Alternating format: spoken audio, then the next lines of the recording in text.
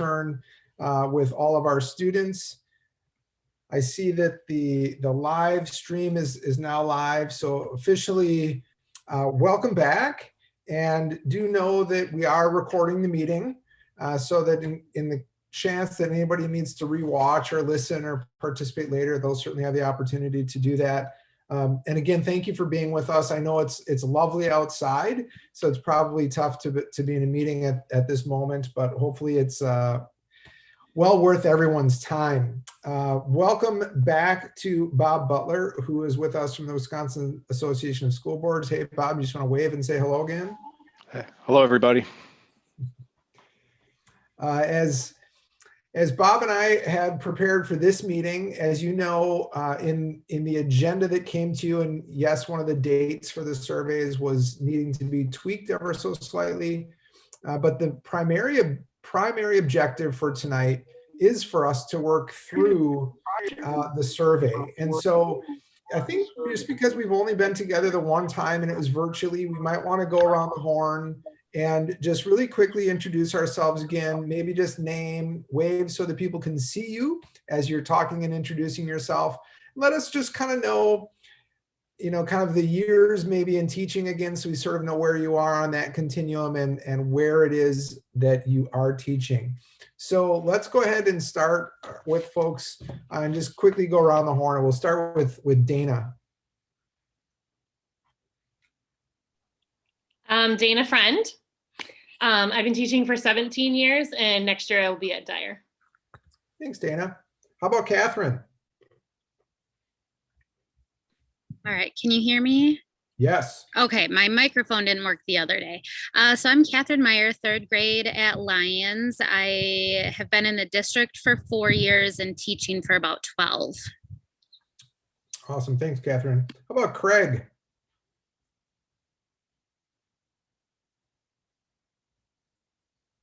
There you go. Probably got to unmute it first. There we go. I'm Craig Wenkoff. I am the fifth grade teacher at Dyer right now, and next year I'll be at Waller. This is my 7th year teaching and the 2nd year here at Burlington. Awesome. Thanks, Craig. Jack. I'm Jack, Karcher Middle School.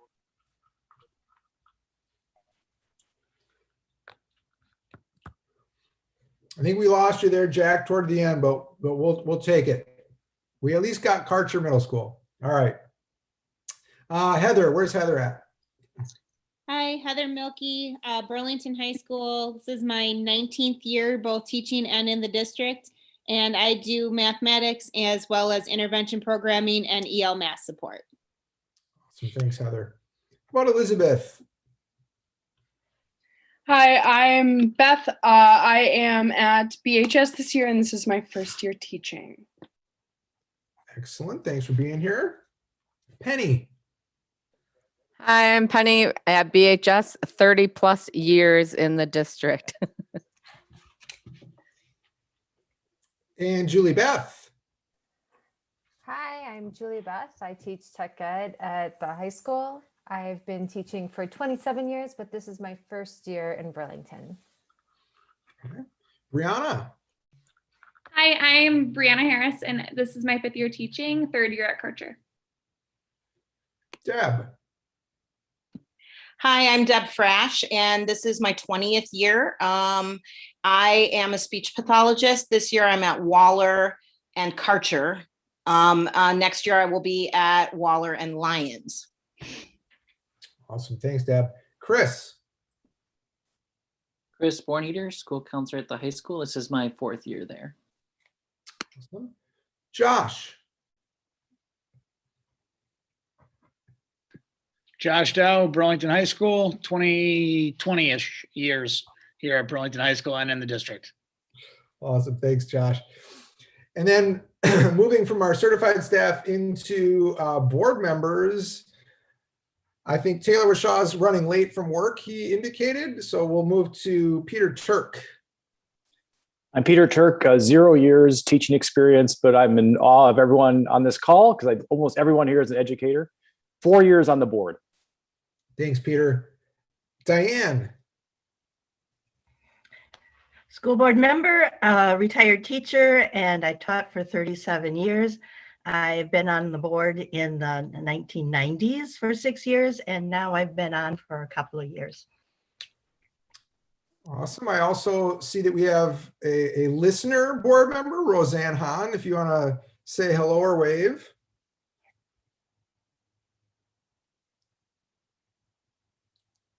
All right, we got a wave.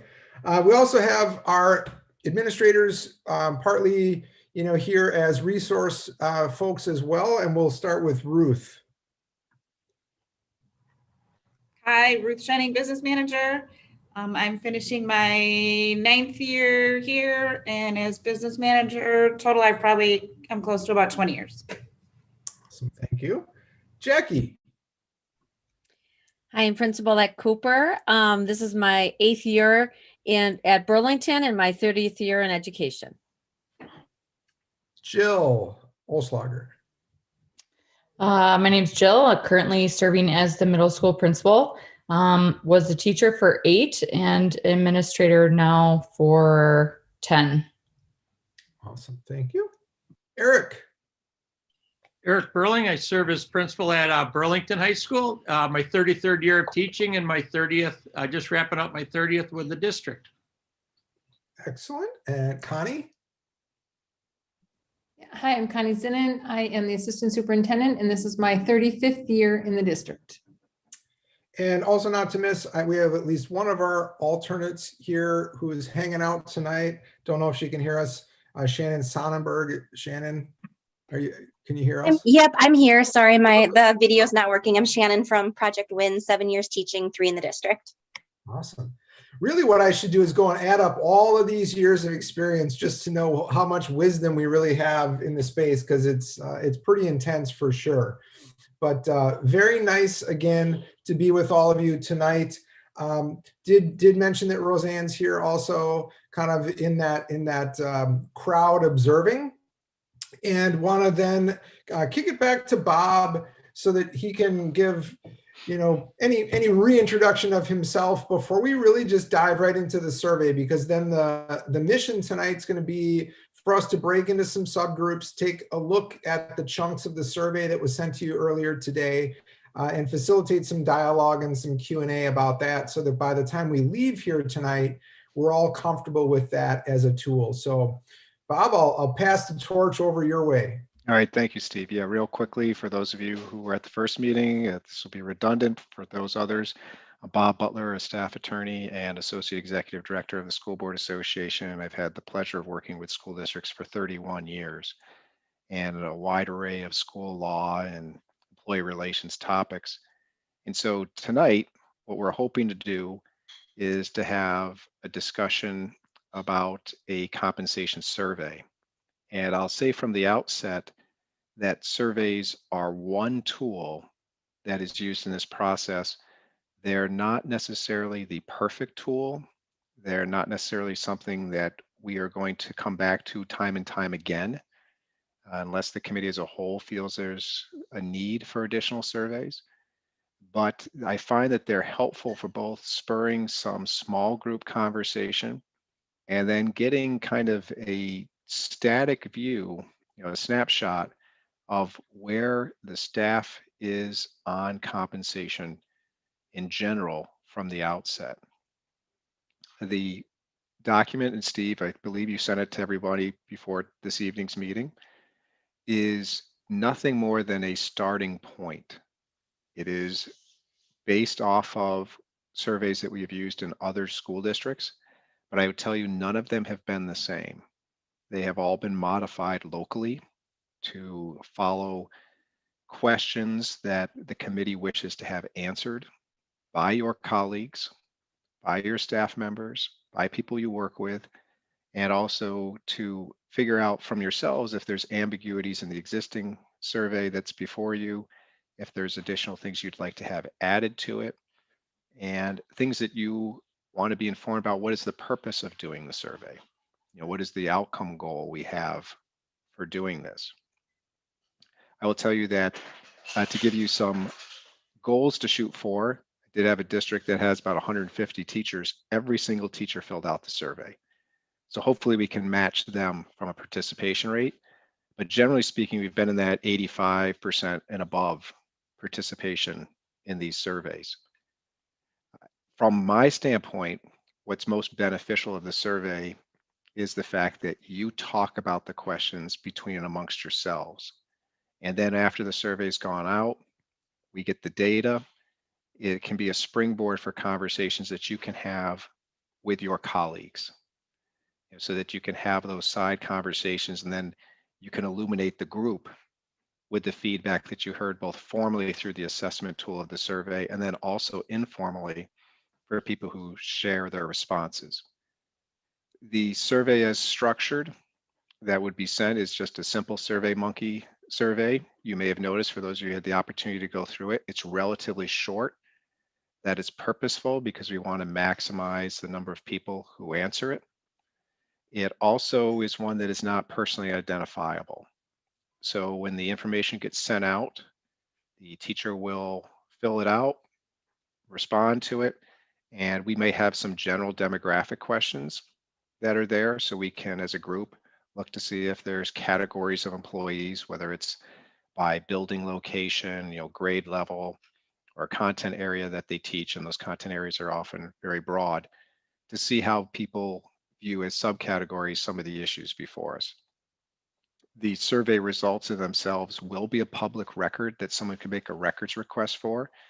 And so when people fill that out, they should have that in mind, but they are not personally identifiable and traceable to an individual respondent unless that respondent said, hey, I'm Jane Doe and these are my answers.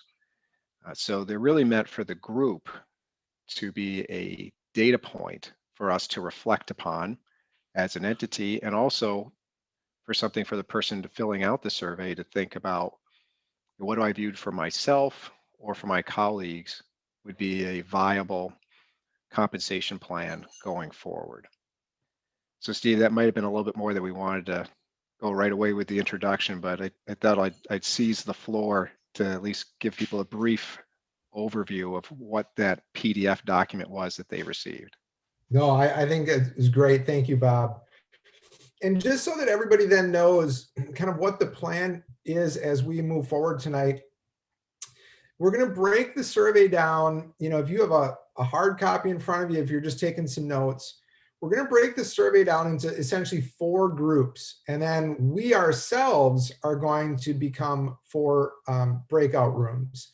The first group is going to look through the survey at numbers 1 through 6.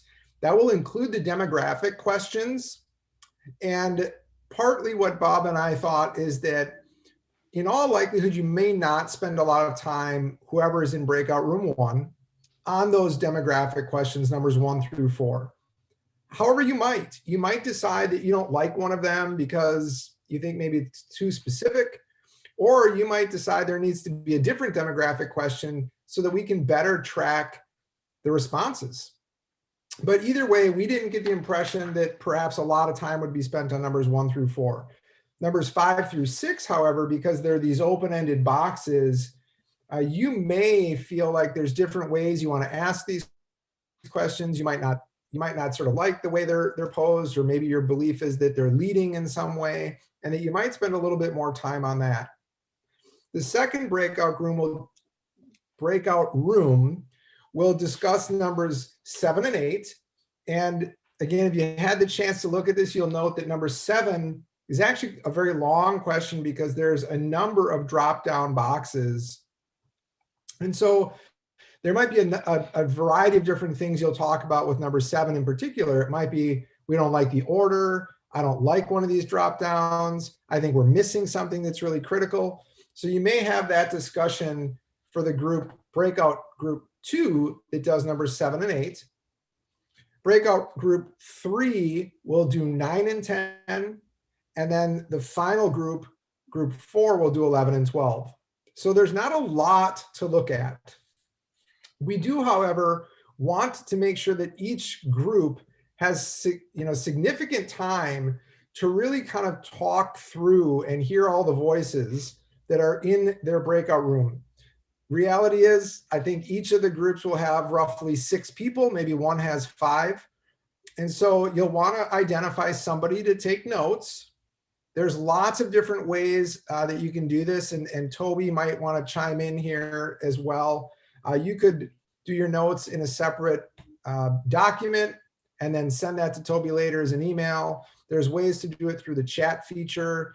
You could write them down and take a picture and send that to us, but we want to capture your notes so that we're able to share those with everybody later on. So the idea is that we're going to send you into the breakout rooms. You'll have 25 minutes, which initially might strike you as a long time. And you might think, wow, okay, I don't know how we're going to use that.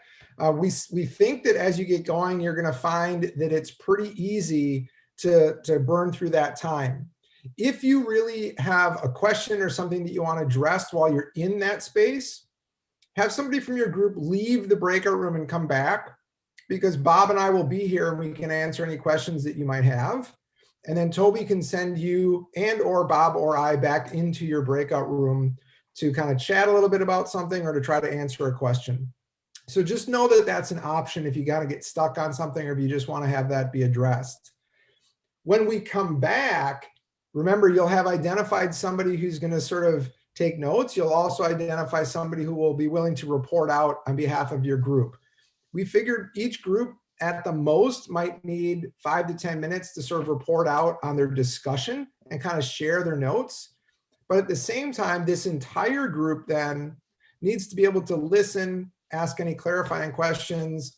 Maybe, you know, I'm in a group that is addressing questions 11 and 12, but I really had something I wanted to say about those demographic questions. And so that'll be my opportunity.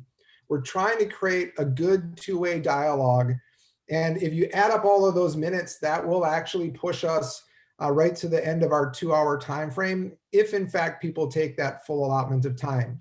If not, we'll be able to then, you know, end a little bit early and make sure that we've got a good survey product to use to send out to all the staff. So the first thing is we're going to break out, Toby's going to send us into the breakout rooms. And again, room 1 is going to do 1 through 6 on the survey. Breakout room 2 will be 7 and 8. Breakout room 3, 9 and 10. And breakout room 4, 11 and 12. Hopefully clear as mud, but certainly shoot any questions right now before we go into the breakout rooms.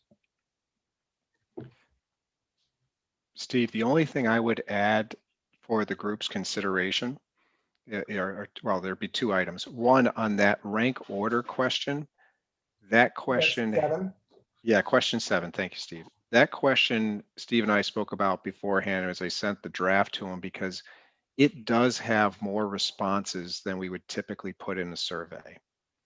And you know, rank ordering generally, when you get to a higher level of numbers, it can impact the weighting of any of them. So whichever group has that, you can think about the pros and cons of the size of that rank ordering. We chose to list all of those items initially and then allow the group to ascertain the pros and cons of listing them all out.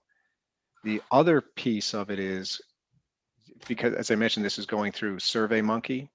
SurveyMonkey, for those of you who've ever used it, kind of gives you an idea of how long the survey would take, and you know, whether they think the survey in essence falls within general parameters. The draft does, because the draft is roughly under 15 minutes that someone would spend on it. And so as we look at this, and each of you in your respective groups, think about, is there a way to be more efficient in asking these things and getting data that would be helpful for the group? And on the flip side of it, if you feel something is missing, you know, how would we add that in while being cognizant of the overall length of time someone is going to spend taking the survey? Bob, real quick, just one question. Is there a reason they use the rank choice versus like a Likert scale? You could do that. The group could come back and say, yes, can we have a Likert scale instead? You know, and do a 1 through 5 on it, strongly agree, disagree, etc. You could do all of that as well. But okay, so it's nothing from like experience by any means that like tips you off to this way being no, you could do it either way. I've had districts do both. I've had more do the rank ordering, but that doesn't mean that you couldn't do the Likert scale if you'd rather do that. Again, this is your survey. This was just something to help further the conversation. And as I mentioned in the introductory remarks, I've had districts who've made minor tweaks to it. I've had others who have said, we really want to go in a different direction. And we want to revamp this. So something as far as what tool is utilized for how the question is formulated, that's something you could talk about at the sub level of your group, your breakout room, and say, yeah, we think the Likert scale works better for this question. And that's great feedback. Thank you, sir. You're welcome. All right, any other questions for the group before we go ahead and move into the breakout rooms? Remember, somebody to take notes, to get those to Toby, and somebody who's going to be willing to report out. And then you'll have about 25 minutes. All right, Toby, I suppose we're ready to go when you are.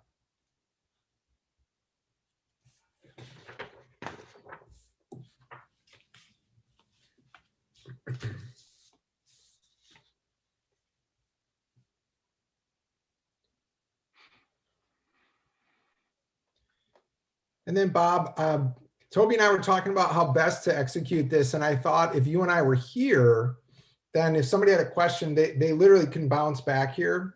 I think that's perfect. Yep. Because otherwise I was worried about how in the past I've tried to go around and rotate to each group, and it's just kind of hard to do. Yeah, no, I think that makes sense. And that way, if we were in person, I'd be walking around the room now or waiting a few minutes and then walking around the room and saying, hey, you guys have any questions on this? And so hopefully when we get further down the road, that's, a methodology that we'll use. Yep. And I know that we can't see the time. So I'm just going to start a clock here so that I'm paying attention to. And I set it to close out at 25 minutes. Okay, perfect. So it'll kick everybody out at that point.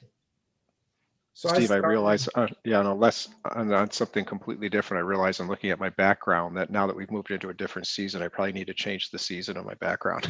Well, or people just are going to think you really, really love winter. I do, but I got to catch up with the times, so. All right. Too So cold I think here. we'll just sit tight here then and let people in their breakout rooms do their thing, but we'll be cognizant of the fact in case anybody comes in with a question. And then the live stream will just continue while we're waiting.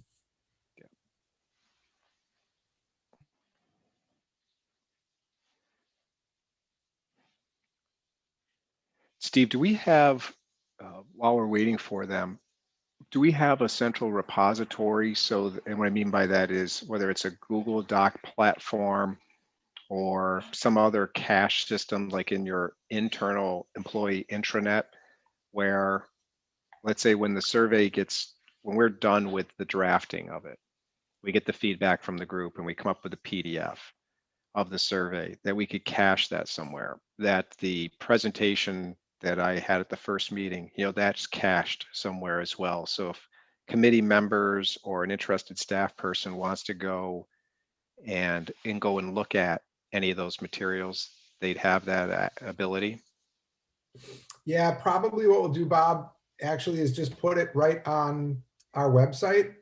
Okay. Because the reality for us right now is that, for example, when we did our boundary work, we just put all our meeting minutes there, all the presentations, anything that Drew and I did on behalf of facilitating or that Mark and his team had done. And we might do the same here as long as you're not, objectionable to that. No, I'm that to me is absolutely fine. I think that works. Yeah, because the survey results, the survey results we may, when we get them, and and maybe that's something in that sample letter that I'm trying to recall off my top of my head whether it's in there or not. But the survey results will be a public record. And so and I haven't had this issue come up anywhere in all the districts we've done it, but just in case someone was to write in, we need more support with X, Y, or Z because I have a student who has these issues, and then they say something that's personally identifiable. Then I'm going to have to redact that. So just so people are sensitive that when the results come back, we'll have it. Now, since it will be a live quote unquote SurveyMonkey document, and what I mean by that is we'll have a certain period of time when people can submit their responses, then I'll close the survey. But the data will still be there in a format where we can apply some of those demographic subcategories, if depending on what the team comes up with. So we could see how do regular education teachers view this issue vis-a-vis special education or specials or other professional educators in the school system. Sure. So the committee can mine the data that way, or by years of service, bachelor's, master's, et cetera. But that snapshot in of itself wouldn't create a record. But if someone made a records request and said, well, I'd like to see how regular education teachers responded to that, that would be easily extractable from the data. And then we would supply that at that point. Yeah, I would think that should work. That way, really any staff who might have an interest, and there may be some other folks too who would be interested, but it's available that way they could look at it and just kind of see when we met, what our agendas were, stuff like that. Yeah, I realized too, Steve, on a lighter note, that as we have such an accomplished pianist, with us, pianist by us, that we could have that as background music throughout the music when we have these momentary breaks. I've never even thought to ask for that extra entertainment. Yes, I have heard it. I have heard it at one of our WSB meetings. She was kind enough to provide us with a brief interlude, and it was quite impressive. So.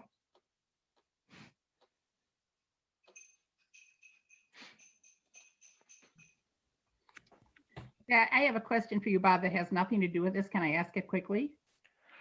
I don't know if that would work with how the meeting was posted, Probably not. Yeah.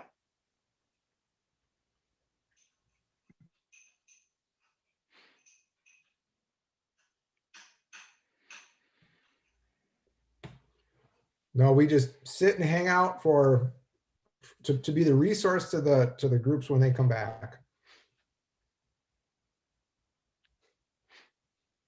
Oh, Steve, one other logistical issue here that I don't think we spoke about previously is if we get a question as to when can employees respond. So let's say we get the draft done, and so we get the feedback from the group. I send you a revised survey. I make the edits in the survey. We send it out. You have your cover letter. One of the things we need to tell them is it permissible for them to fill it out during the workday? My suggestion is yes, it would be. And then you would just inform, yes, you can fill it out during the workday, obviously not during instructional time, but planning time, when you're duty-free lunch, et cetera, before or after the student contact day, however you wish to word that. And then if someone needs questions answered, who they come back to. Hello. Hi, Penny. We have a question about ours. We're working on number 7. Yes. And it says licensure for PI 34, the tier 1, tier 2, lifetime and masters. The 34, first of all, we don't use the 34 system anymore. And I don't think our district has ever recognized the master level. So are we able to change that somehow, or is there a reason that's in there? Well, those are the existing licensure categories. You can change the question any way that you would like to bring it back to the group. So the fact as to whether you recognize it now or not, that's something that we would think of as a committee. Do we want to ask the membership whether a master educator should be paid differently than someone who is tier 2 lifetime or tier 1? And districts have come down at different positions on that. Some have been, well, master educator, there's grants from the state, and that's what it is. And others have said, no, we'll supplement it with something. So from your subgroup perspective, you can look at both what is happening now and then what are the possibilities, and then will people understand it? So will they understand how it's being listed there.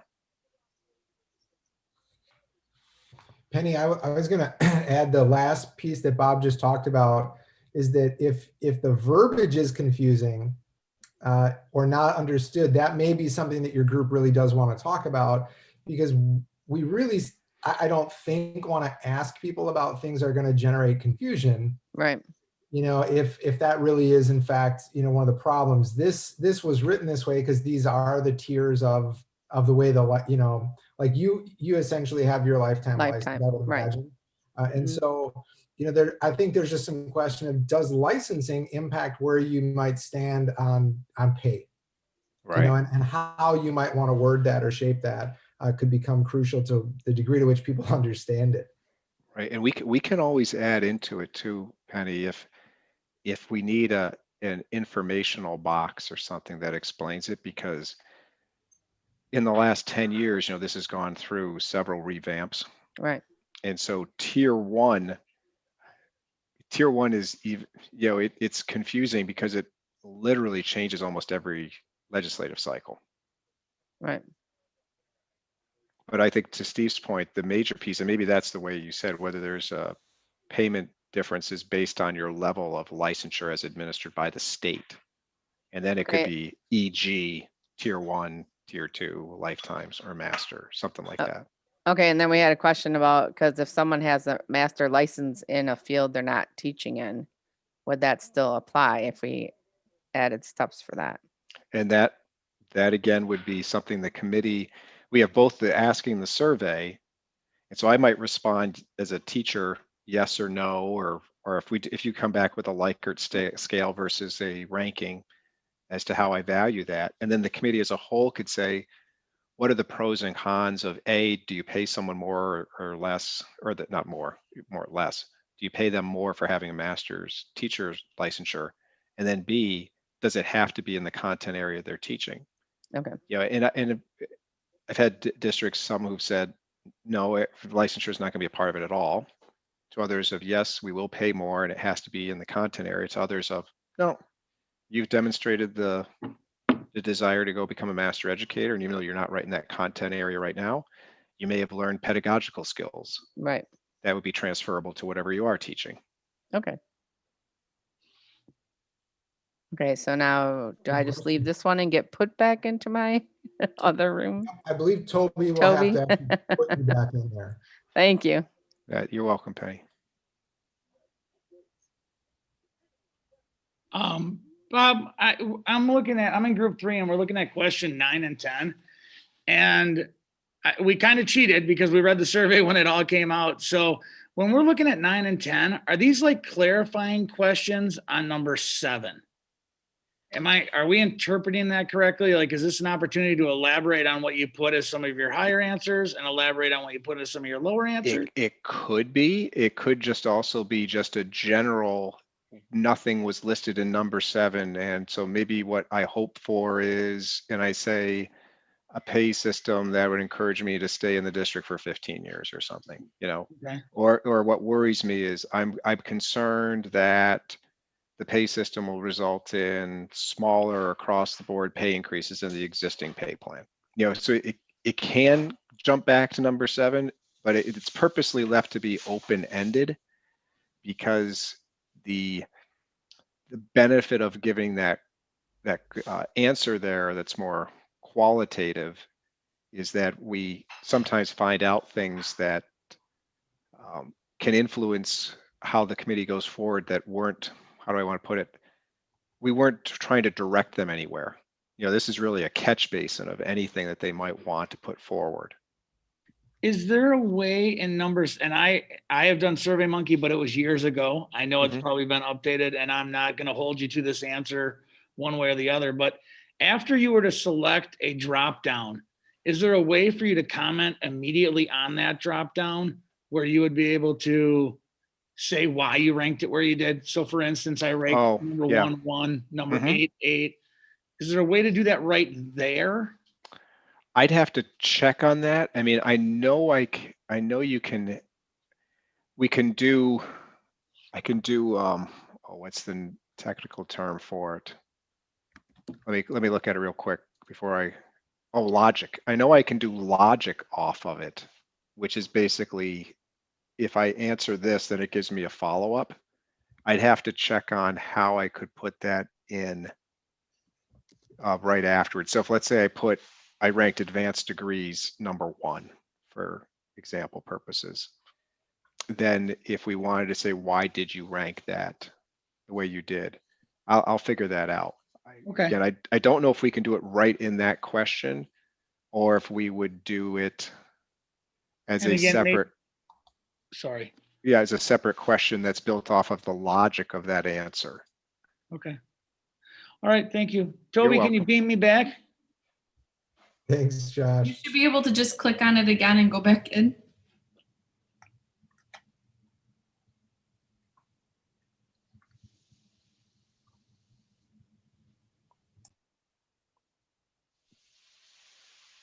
Yeah, I'm not sure if to his question, I'm not seeing something right in this. That doesn't mean that it may not exist, but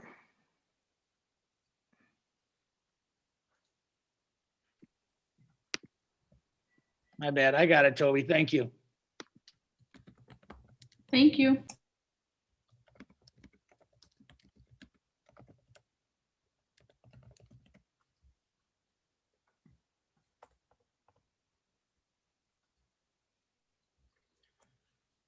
And I lost track exactly what we were talking about right before Penny came on. I was trying to get my head back there. I was about to write myself a note.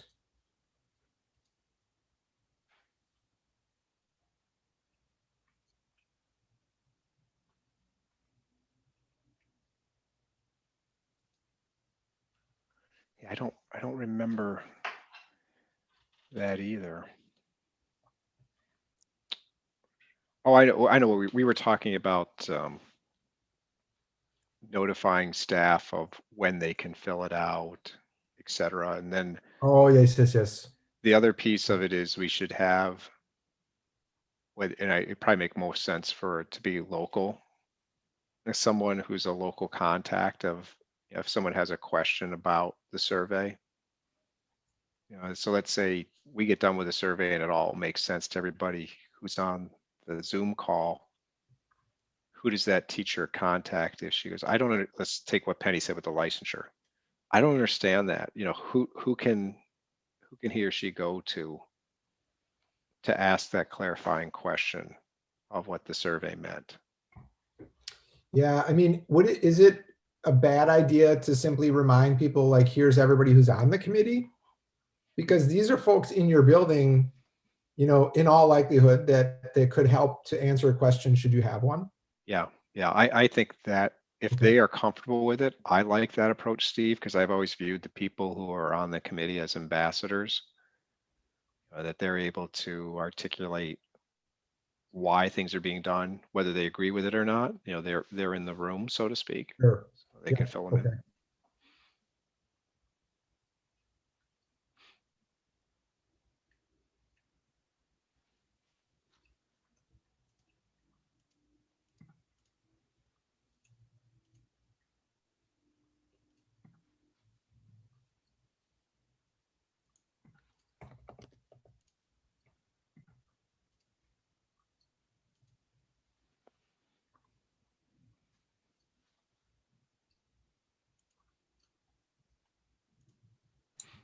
According to the timer, there's 7 minutes left.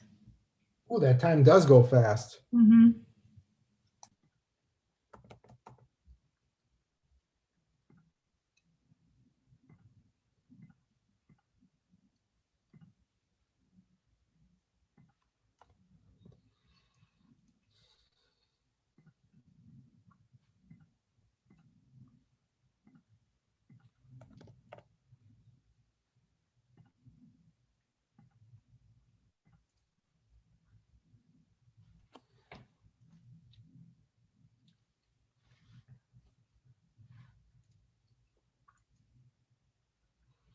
Toby, just once again, since we have a moment here, do you feel strongly about a preferred method for people to send notes your way?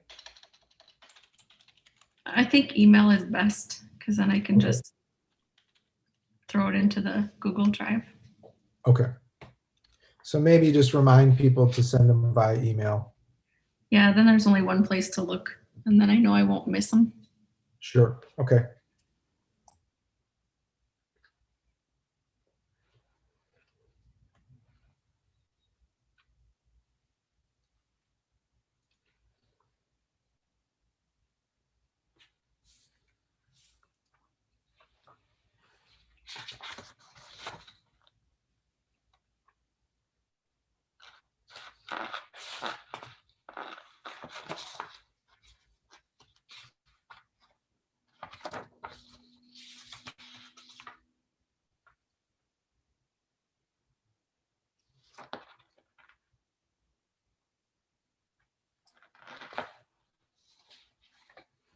Bob, have you had anyone who's ever critiqued or said that the title, like right now it says teacher compensation? Like, should we or could we just simply say certified staff? That way it encompasses, all counselors and social workers and all those Yeah, folks. no, that'd be fine. Yep.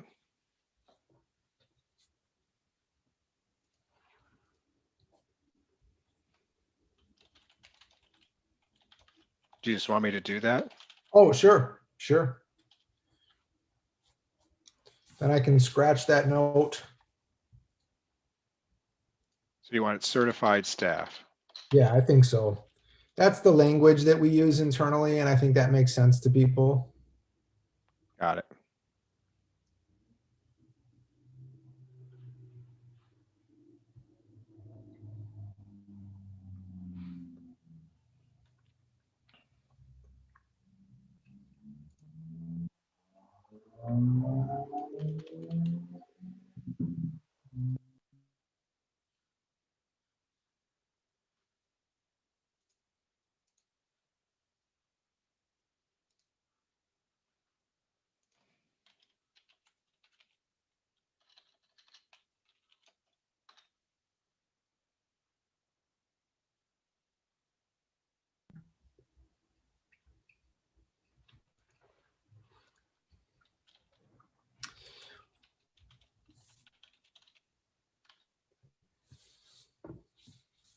Bob, what's the best way then, as we debrief with each group tonight?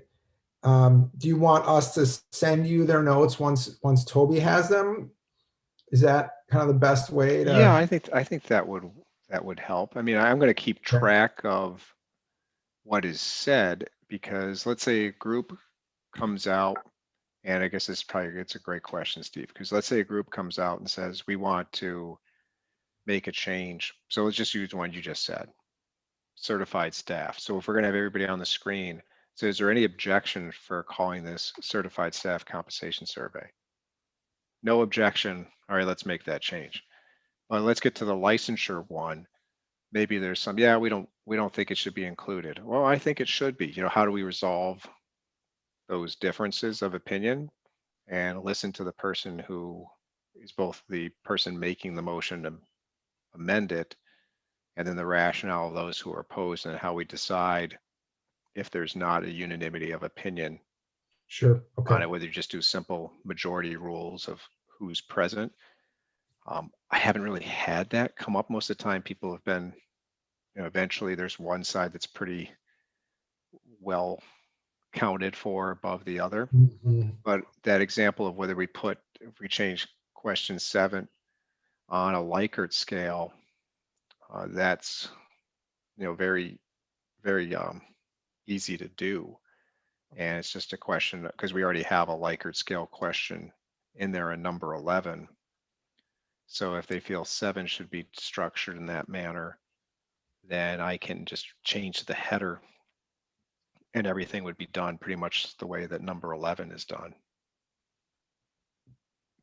And there's pros and cons to each way, because the rank ordering is sometimes hard, or excuse me, the positive of the rank ordering is I have to say what I feel is more valuable than the other, where otherwise it's like, should a teacher get paid more on this? Yes, absolutely. Yes, absolutely. But I don't get any idea of what the group feels is more important than the other one.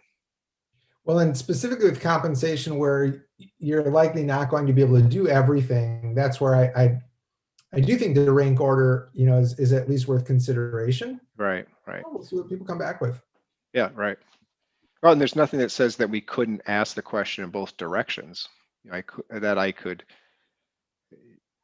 You could ask the same question and have a Likert scale on one and a rank ordering on the other.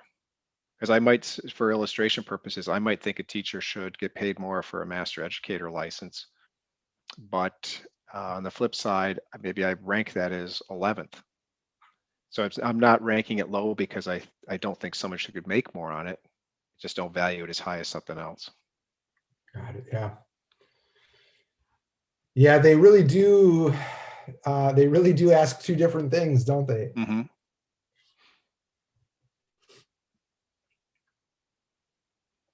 Wow, that was going to be 25 minutes. Ooh, here they come.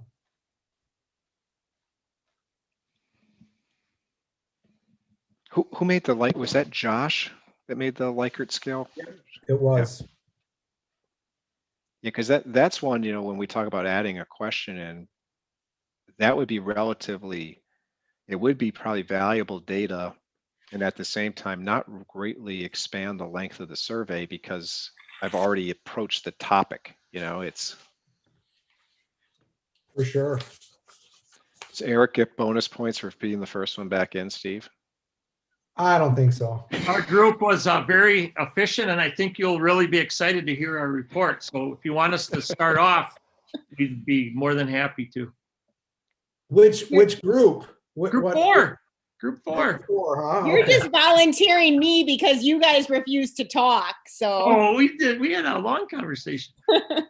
Actually, a lot of what we talked about is really dependent on Group 1 because True. some of that general information is kind of we feel influences a lot of why that question is worded. 11 is worded the way it is because you want to see that breakdown.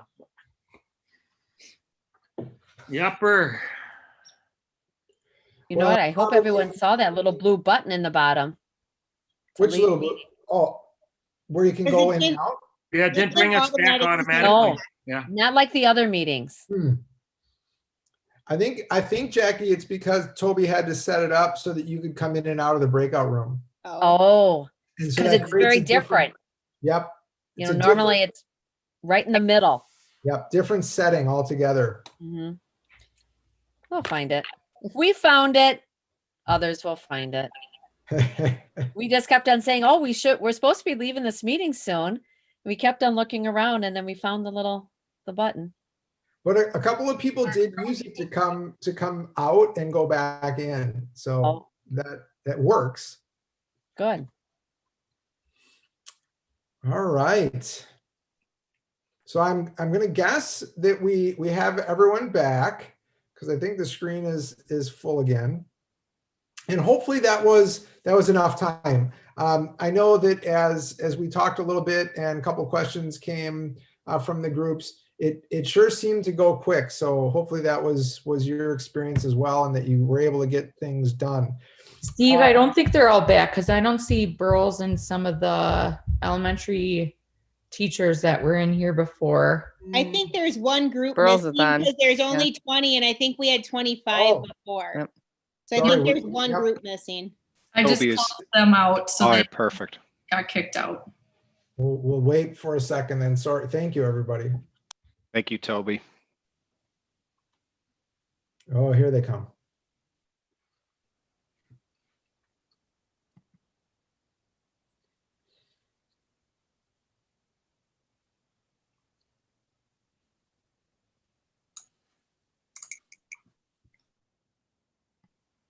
Now it looks like maybe we have everybody back or close to it. All right. So again, welcome back, everybody. Hopefully that was enough time for you to get through your portion of the survey. And so what we now intend to do is start right at the top of the survey with group 1, who's going to share kind of a summary of their conversation. And then, really it's going to be an open room. So we would just say, unmute yourself, ask questions, comment, whatever you might be able to do. And whoever is reporting out, whoever took the notes for each of these groups please do email them to Toby so that we can capture the essence of your thoughts and comments and make sure that then the survey is adjusted accordingly. So who's our speaker for group 1? All right, Catherine, then when you're ready, go ahead. And Ruth was going to back me up in case I missed anything because she's our excellent note taker. So for that first demographic section, we thought it was really good and kind of an overview, but we did feel it would be important to add like the highest degree that the survey taker has. So master's, bachelor's, PhD, or ED, because that might impact too when we're looking at which kind of model we're looking at.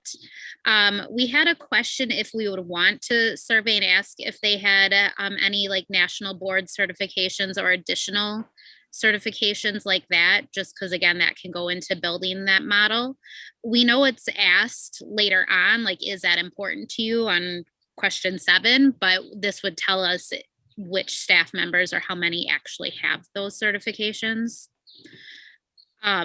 So that was the demographic. Then for 5 and 6, we felt like we just wanted to focus it a little bit, like narrowed to specifically the compensation model. Because if you say, you know, strengths and weaknesses of like compensation, then you might have people talking benefits and start talking insurance or personal days or sick days. So if the purpose is, and I know we had talked about, last week, just our last meeting, sorry, what the purpose was. Are we looking at insurance? Are we looking at all these things? So if our purpose is really just to look at that kind of salary schedule and how will your actual pay be determined, then we might want to put that in the question. So like, what are the strengths of our current steps and lanes model, or what are the strengths, and kind of give them just a real specific thing to look at if that's our goal here.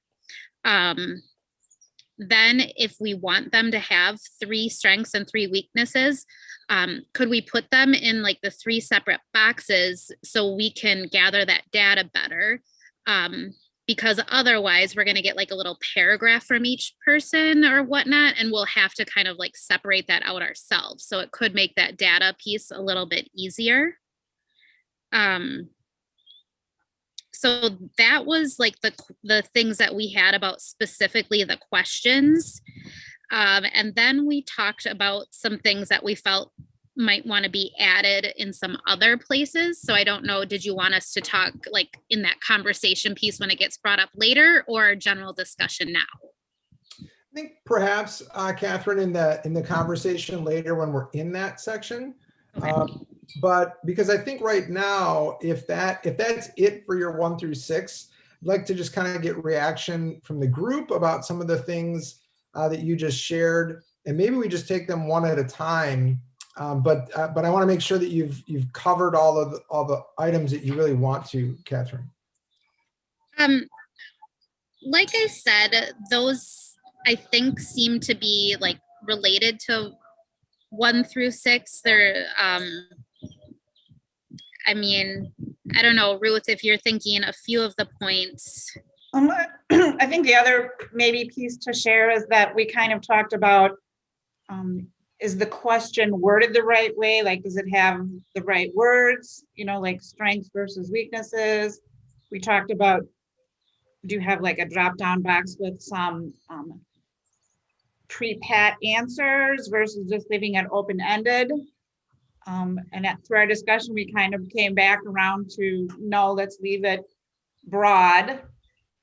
That will kind of get some themes, knowing that there's, 250 certified staff. And we also came back to like the strengths and the weaknesses words were okay. We talked about, like maybe saying, what do you like about it? Or what could we improve? Like some alternate wording options, and came back to how it is probably okay. Yeah, I think some of the other questions maybe are for later on then as it comes up.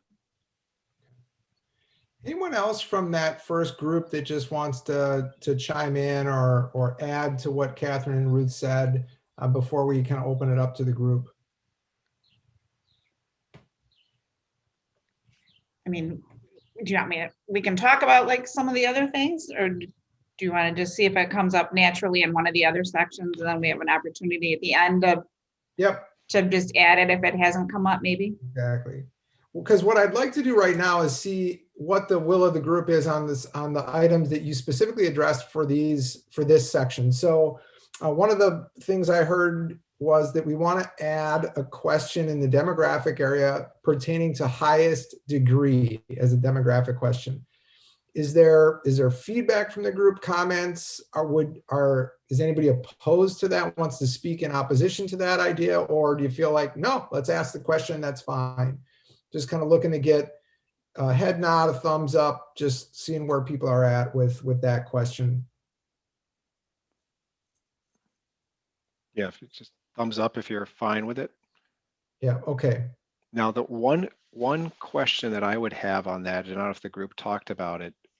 Do you want to have, what is the highest degree that you have attained in, for lack of a better term, the teaching field, or, whether it's, education field, because someone might have a doctorate or a master's degree in, like I could have one in athletic administration and I'm a math teacher.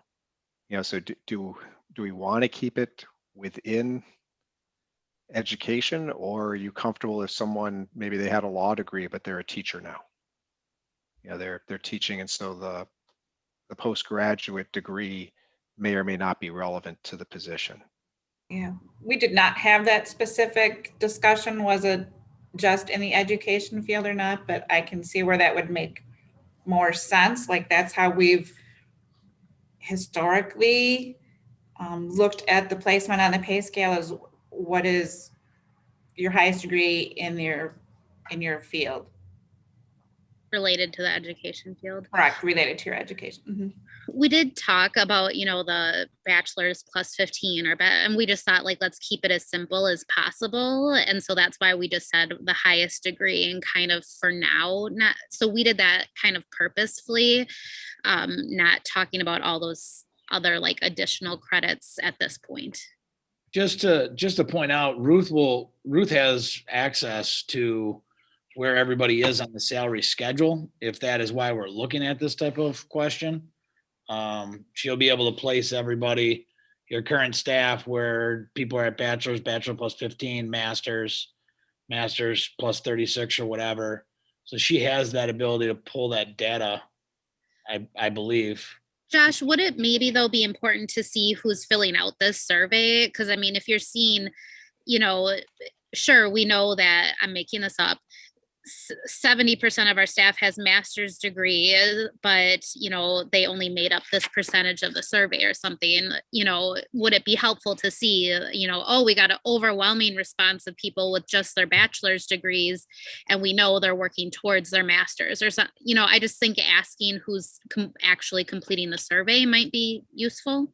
Oh, absolutely. And I think it could largely dictate your answers. I didn't know exactly why you were looking for that information.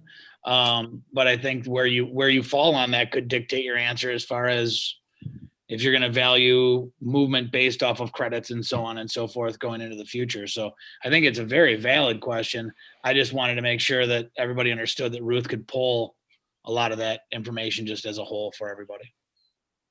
I think just to add, if we are to do that question, it might be a good idea to state something along the lines at the start of the 2021-2022 school year. What will it be? Because I know me and many people were planning on getting that lane movement, and like I'm not done with my master's yet, but I'll be done in about 2 months. So there's a bunch of us kind of finishing things up right now and in the summer.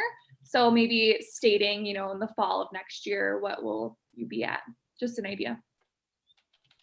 And based off of that, like Brianna, would it be better to say where you're at 2021, or would it be better to say where you're at 2019, 2020, because that's actually how you're getting compensated currently?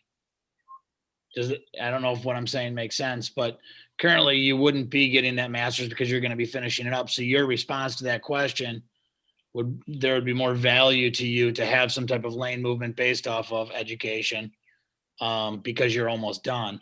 Versus if you would have finished in 2019, maybe not as much value to you.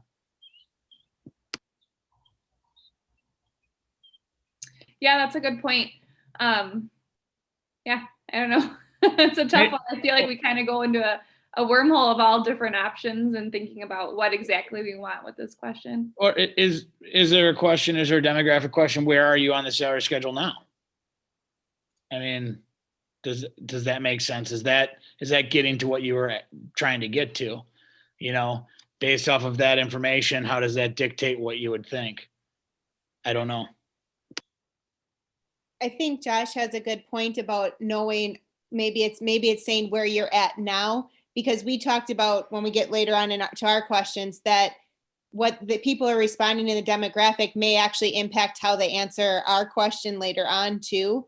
So I think that information could be really important to know where people are at now, because that probably will impact how they answer the other questions as well.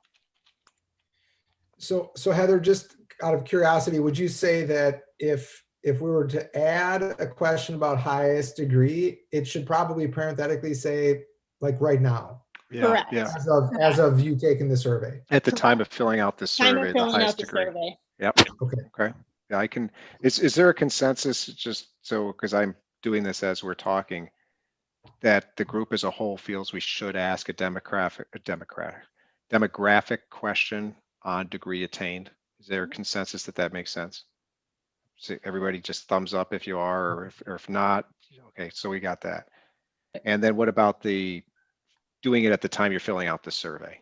So it's that snapshot that recognizes what Brianna is bringing forward. And I think someone commented, then someone might fill her out later in the survey. I sure hope you continue doing that. I'm almost finished with my degree, or I plan on getting a doctorate or whatever. You know, then that survey question is relevant. The only question real quick I had on this for the doctorate, because remember at the beginning of this, and this will be similar with the National Board and Master Educator, so the committee's got to make a call on this. Once we solicit that, if there's very small numbers of respondents, we can almost become personally identifiable. You know, so, and right now I don't know, are you paying people separately in your existing system who have a doctorate? No. Okay, you're not. Ruth's shaking her head no. All right, so we really don't know. The district doesn't have any data to say Jane Doe has a doctorate. Is that accurate? We might have it on file, but it's not being used in the pay. Okay, all right, so it's not easily linkable. What I'm getting at, folks, is that balance always between getting good demographic data and then getting data that is so isolated that I then, you know, someone could look at the data and go, oh, a person with a doctorate degree, that's Jane Doe's, those are Jane Doe's answers. You know what I'm getting at? I don't want that to happen. So if we feel that's not linkable, I mean, all the bachelors and masters are obviously going to be very big subgroups. Can I just interrupt? And maybe I'm thinking about this wrong, but because of how we've done steps and lanes previously, it is possible that somebody would have completed their master's this year and not be getting compensated for it. So again, I don't know if the educational level of attainment is going to necessarily dictate your answer as much as where you're currently placed on the salary schedule. Because I could have finished my master's in January here and I wouldn't have moved. So now I'd be able to select that I have a master's, but I wouldn't be getting compensated at that level yet because that wouldn't have rolled through till next year. So to me, I think the where you are on that schedule, or the current schedule, may be a bigger dictator of how somebody might respond versus what they actually have for a degree. Maybe I'm misinterpreting it. I think I'm looking at it from the standpoint of we're trying to collect data. So we want to know where are people currently. We might not know from the last 2 years where somebody is. So I'm looking at it more from the standpoint of, again, trying to collect current data. But that's my opinion. Well, just so that the group knows, one of the things that as Bob and I were talking, kind of preparing for tonight, we must have asked ourselves or reminded ourselves a half a dozen or so times, and that is, how do we ask the questions to get the data that we want? And so kind of listening to Ruth's point there, you can, I mean, the community here can decide to ask it any way they want. The question becomes, how do you get really at the heart of what it is that you want to know? And if there's a strong feeling one way or another, that's certainly what we want to go for here.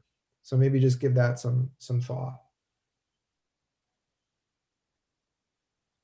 I mean, comments about what Josh is saying, because I think what I'm hearing is that maybe instead of asking about highest degree, it's where are you today on the salary schedule is what I hear Josh kind of like. That's a different, in some ways it's a different question, but maybe it gets to the same thing that it is that you're looking for in being able to sort the data post survey. Steve, to me, that kind of gets at the question of like, so like, okay, what's the intent of the survey? Are we wanting to find out if staff like the salary schedule we currently have, or if staff want us to change the salary schedule? I would say you're probably asking for both, because as I think I may have mentioned at the first meeting, I have had districts where the survey's been completed and the staff expressed such a comfort with the not just this existing schedule, but the fact that it had been implemented, which are two different things, you know, because some districts, they have a schedule, but they don't fund it. You know, people don't move every year through it. And so in one district, when the survey results came back, that there was a very high level of satisfaction with the existing survey and the fact they've been moving through it, districts stopped. They were like, well, it works. You know, I guess it works. But some others have been, I like the structure, but it's not being funded, or I don't like the structure. You know, so you're going to get different outcomes depending upon your facts locally. Jill, to answer my thought on this is, because we do have more people with their master's degree, and if we fill it out perfectly, wherever we get 100% participation, I don't want the 30% that are at a bachelor's plus 15, some of these newer teachers, to not have their voice heard because 70% of people that are already receiving something fill out the survey. I think that if those 30% coalesce around an idea that they're concerned about, I think we have to take that more seriously than just thinking, oh, it's only 30% of people. But if it's 30% of the people that have a bachelor's degree, if it's 100% of the people that have a bachelor's degree have the same concerns, that has to be, I think, something that would be noticed to us. And what I worry about is if everybody fills this survey out like we hope they would, and a majority of people, because I've seen the scatter plots fall in the bottom right-hand corner, that we could say, oh, only 20% of people are concerned about that, when in reality, it's 90% of people that are in that first 5 years or in that bachelor's degree area. So that was my level of concern for why I think putting the salary schedule information on there would be valid. Kind of gets back to Josh too. Right. I mean, that's our, and Dana and our group 4 kind of, that ties into kind of question 11, correct? That's another group you'd want to make sure you're looking at concern, correct? Right. I think to Josh's point, what we can do as a group when we get the results back, when we have that analysis, so we'll print out all the answers. Right? So you'll have a PDF of all the answers. But then when we meet, Josh, what you just asked, we can say, hey, Bob, go put a filter on. I just want to see how people with bachelor's degrees responded to this. Or, you know what, let's say if there's a difference, and this is why we asked the teaching experience. What did teachers in years 1 through 9 view it versus those with 21 and above? And so we can play with the data to see if there are distinctions. And sometimes what's, I think, my experience has been, and I'm not trying to prejudge your data, but I'll just tell you what's happened. Sometimes I think people go into it thinking that there's going to be this big gap, and the teachers who 1 through 9 view a master's degree as important as those who are 26 or above. You know, there's some symmetry there. There may be differences in some other areas based on content or certification, but sometimes the answers end up looking very similar, even when we put different demographic filters on, which I think helps the committee to know that, oh, we don't have subcategory A viewing things differently than subcategory B. It makes it easier for the committee. So we can play with this. I think the big thing is, how do we put the net out there? And then I can carve it up into different slices based on your questions as we progress through the data. Yeah, agreed wholeheartedly. I guess the point that I'm trying to make, and maybe I'm not making it clear enough, there's some people with a master's that won't be getting paid at the master's level. That's all I'm trying to say. So those responses could differ. Josh, when I go down to question number 7, and it says, how important is it that you are compensated for the following? And I'm assuming, because one of the is going to be for your master's degree. So I would assume someone then is, if they're not getting compensated for their master's degree this right now, let's say, and they should be, they're going to make sure that they rate that whatever high, what if it's, absolutely agreed. I totally agree. I'm just making the point, and clearly if nobody else feels that way, maybe I'm wrong. But if you're going to ask people if they have a master's, there's 2 questions. Do you have a master's? Yes. Are you getting compensated for having your master's? That's two separate questions. And if it's a compensation committee, I just assumed that the compensation part of that would be the question that we would really be wanting to get at. Maybe we want it to be, choose where it's bachelor's plus, master's plus, just so that we can get that stratification that Josh is talking about.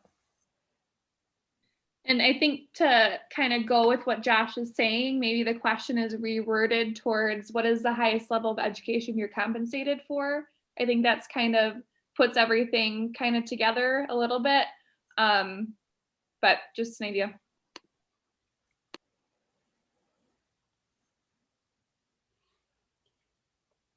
So what I just want to review really quick, get some clarity, because I know we want to move on.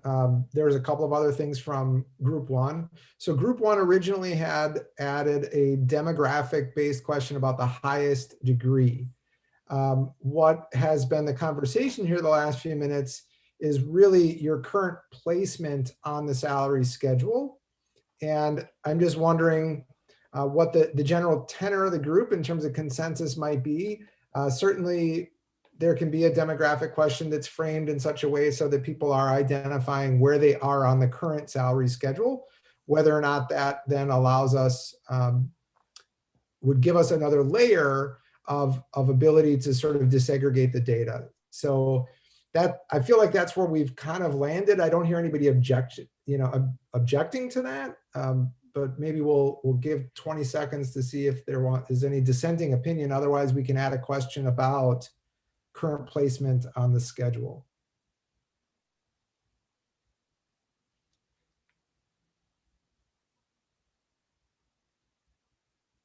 Okay, so hearing none, the other thing that I heard Catherine and group 1 talk about was this idea of additional certifications. And, Catherine, and help me out here, was your group thinking that was, you'd fill in special certifications or kind of a drop down, or how were you thinking that question might be posed? I guess in my realm, I don't know a whole lot of other certifications beyond like national boards, what else you could put in there. So I don't know what might be of value. But I just know that is an area that sometimes is compensated for, and just seen, currently Burlington doesn't compensate for national boards as far as I know. And I think our number of nationally board certified teachers would be low. I just thought it might be worthwhile knowing, are there teachers with other degrees or certifications that we're unaware of like that? There are, and so some districts have done that in various things like counseling. It's basically things where you're not a master educator and you're also not national board.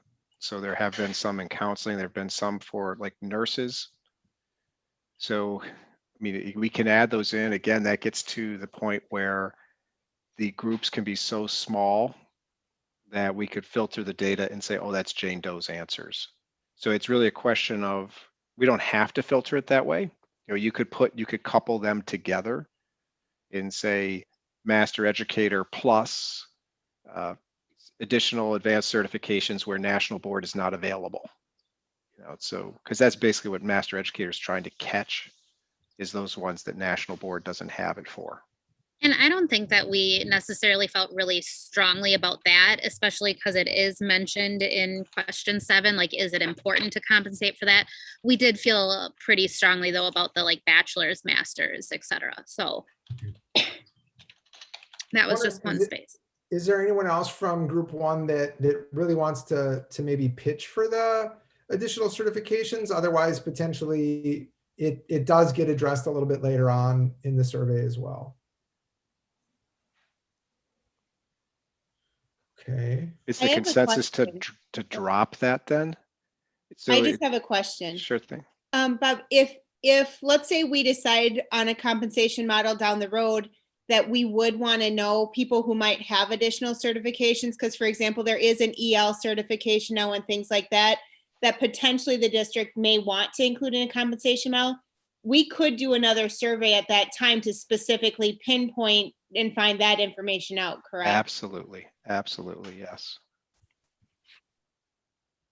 And as a follow-up, before we leave the demographic one, as I understood it, the group wanted to say, what is the highest degree you've attained? And then to Josh's point, for your present salary schedule placement, what is the highest degree that you have attained in the field of education? For your present salary schedule. So Brianna, that would get to like your situation where you could, perhaps there's someone else who's got the master's but hasn't gotten placed yet for it. So there was a consensus to break it into those 2 parts, correct? Thumbs up if that's right. Okay, perfect. All right. And then with respect to the additional certification, as Heather brought up that point that we can ask it later, is the thought now, because I'm always cognizant of the length overall of the survey, to not include that? Is that a thumbs up to not put that in at the present time? Okay. Then the one other thing that group 1 talked about was in questions 5 and 6, it sounds like there was some debate about language, but that you as group 1 felt like it was okay to leave alone. But I did hear you talk about potentially having separate boxes, like box A, box B, box C under strengths and the same under weaknesses. And that would be just for clarity of data collection was my assumption. And that's a formatting issue. Is that correct? Okay. Correct. Yes, but we had also then wanted to specify, I think, the strengths and weaknesses of our pay scale, like, because we're not asking about benefits or coaching or committee work or something like that. So just the current, like your teacher duty pay scale or your certified position or something to that effect.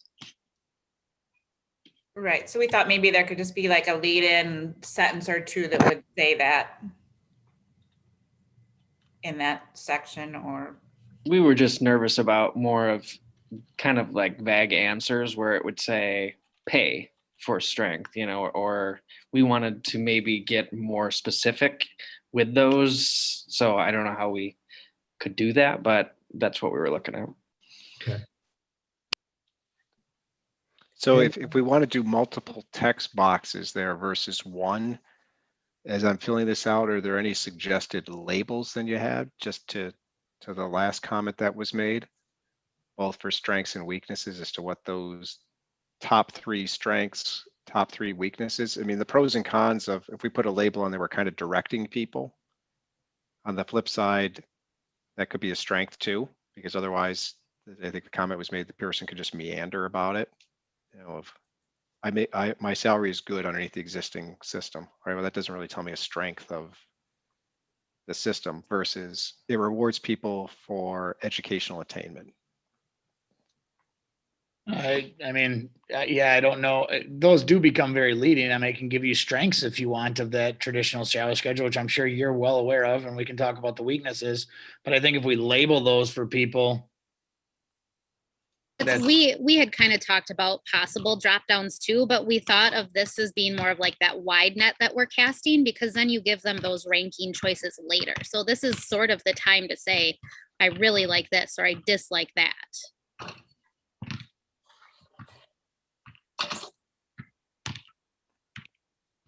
So is there any strong sentiment to changing it, or is the consensus just to leave 7 and 8 alone because of whether it's a rank order or Likert or both later on, that the more specific is offered for the survey respondent and those questions?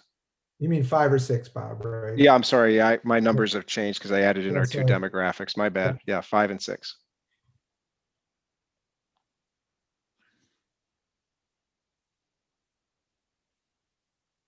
I do like their idea of changing it to the strengths of the current salary schedule potentially. Or else I do believe that you're going to certainly have people going down the sports compensation portion of this potentially. I could be wrong. Is there consensus to change that to what are the top 1 to 3 strengths of the current salary schedule? See a lot of thumbs up. Okay. And do you think that's broad enough then to still cover like initial placement of somebody? Because I mean, you're still getting placed on the schedule. Big heads nodding, thumbs up on that. That's okay. So I'm going to change 5 and 6 to both be strengths of the current salary schedule, top 1 to 3 weaknesses of the current salary schedule. All right. Okay. Thank you, group 1, and some really good dialogue and some edits. We move to group 2, and this is going to be for questions. What they were questions 7 and 8. Now I know Bob's are numbered a little bit differently, so I'll try to be sensitive to that as well. And again, in this section in particular, I know that a lot of what is here in 7 is about trying to understand what people value and kind of the ways in which they value that. So who is our spokesperson for group 2, and maybe who took notes for group 2? I'm the spokesperson for group 2. And forgive me, I think Elizabeth Lemper, you were the. Yep, I was the note taker. All right, excellent. Well, I'll jump right in, and I'd encourage any of my breakout roommates to add or correct anything that I miss. And I have 6 points to make in this section, and there'll be some discussion. The first was relating to what Josh Dow brought up earlier with the Likert scale. Our group felt that the ranked choice was a better system in that it forces the staff to make decisions on what they think. The Likert scale, you could get someone choosing all 5s or all 1s or all 3s. We think this may lead to better data. But so we like the ranked choicing. That was our consensus. We talked about other ways to rank, but we didn't come up with anything better. As an aside, I want to thank Josh for teaching me a new vocabulary term. I had never heard of Likert scale until an hour ago. So,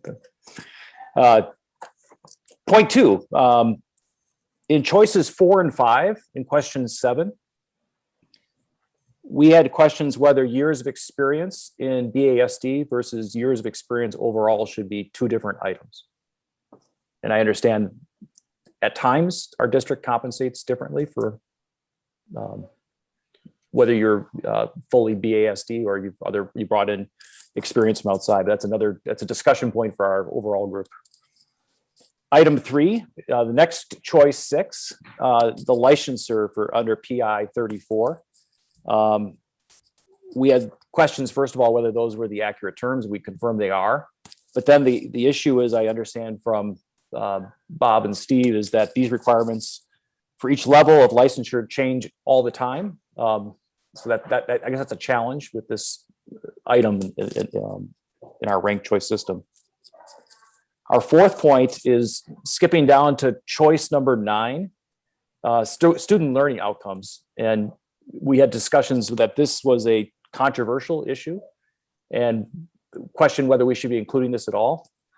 However, we did talk about there is value in leaving in the survey, that some may put it in, and our best guess though is it may not be rated very highly. So I think our consensus was to leave it in the survey. Item 5 of 6 is an additional item that could be added to as a choice would be dual credit classes. These take a lot of extra work for our educators to become licensed or to be qualified as a dual credit educator. So that may be another item we could consider adding. And my last point would be a simple one. After question 8, perhaps a general comments box would be helpful for our survey takers to add, because there's a lot of choices and information I think that is presented in question 7.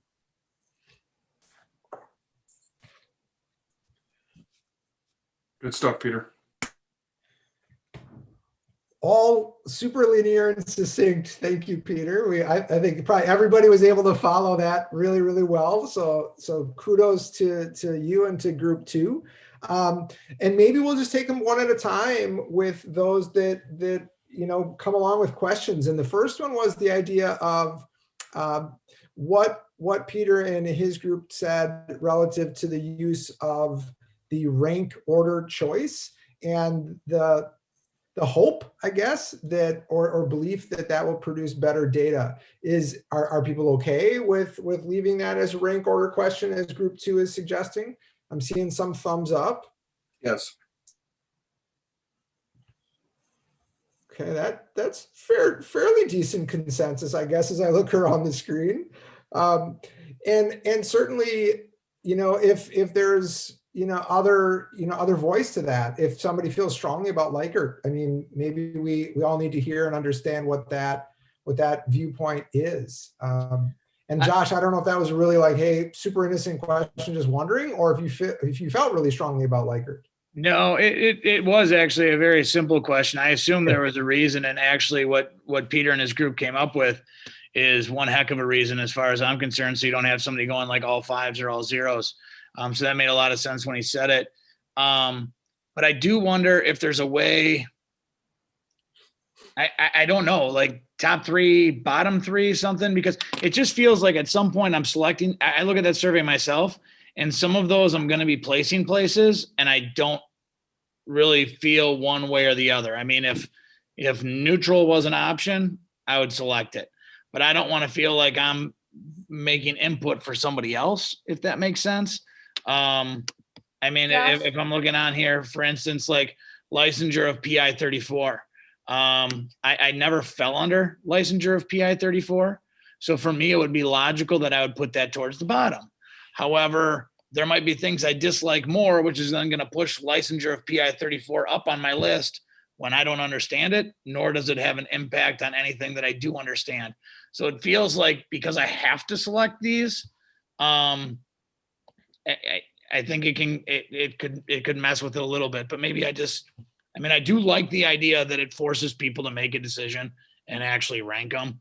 That seems like a very valid reason to leave it. It just, at the same rate, then I don't know exactly what you do at the bottom, if that makes sense. Yeah, Josh, one of the things that our group said was a reason for the comment box afterwards might be to clarify. I was kind of, I would have given this one a 0 if I would have had a choice, because this, isn't important to me at all. Or quite honestly, the last 6, I'm pretty neutral. I mean, it would allow you to at least qualify perhaps why you answered something some way. We thought maybe that was an opportunity anyway for somebody to add that if they wanted to. I'm sorry. Is there a way on the survey that you could add to the drop-down box like a not applicable? Like, so you could have like 1 through 9 or whatever, but then you could have like an NA if it doesn't apply to you? When we were in the break, I went to look because somebody had a really good suggestion about adding like a text box underneath the rank ordering. And at least in this survey design, I don't have that. Or an NA, it forces you to pick a ranking. So what Josh was describing is very real. And so I think, Connie, you made the comment of, we could add another question. If you wish to clarify any of your above responses, you can do it here, kind of the catch-all again. So Josh, if you were filling it out, you said, you know, I don't really care about licensure, but I put licensure, I ranked it 7th, let's say, making something up here. But I really don't care one way or the other. It's just I really don't like these other 2 things. And that's why it's there. But I'm apathetic about it.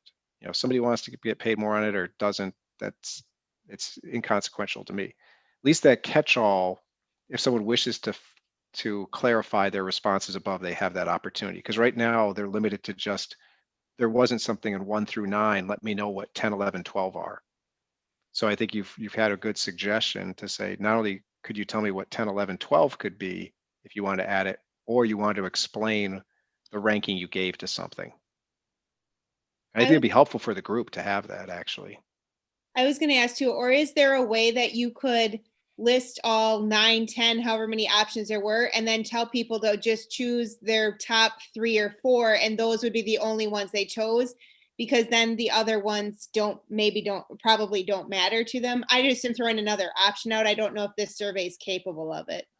Well, the issue is that it's going to rank them again later on. You know, so because let's say your top 3 might be the first 3, and then my top 3 are the next 3. Then how do we end up ranking the actual value of it? In doing this survey, this has been one where I don't want to prejudice people taking it, but there are kind of tierings of responses to Josh's comment earlier on. There are some factors, or Peter, what you brought forward, there are some factors here that from district to district kind of rank high and those that rank low. And then there's ones in the middle that can fluctuate. The other piece of when you get this survey, the rank order I have this as being randomized, so that when Josh gets it compared to you, Heather, what's listed as the first item will not be the same. And so that's purposely done so that we're not trying to lead the person to answer a specific way. You know, we're not predisposing them to making it easier just to go 1, 2, 3, 4, 5, 6, 7, 8, 9 and come to that.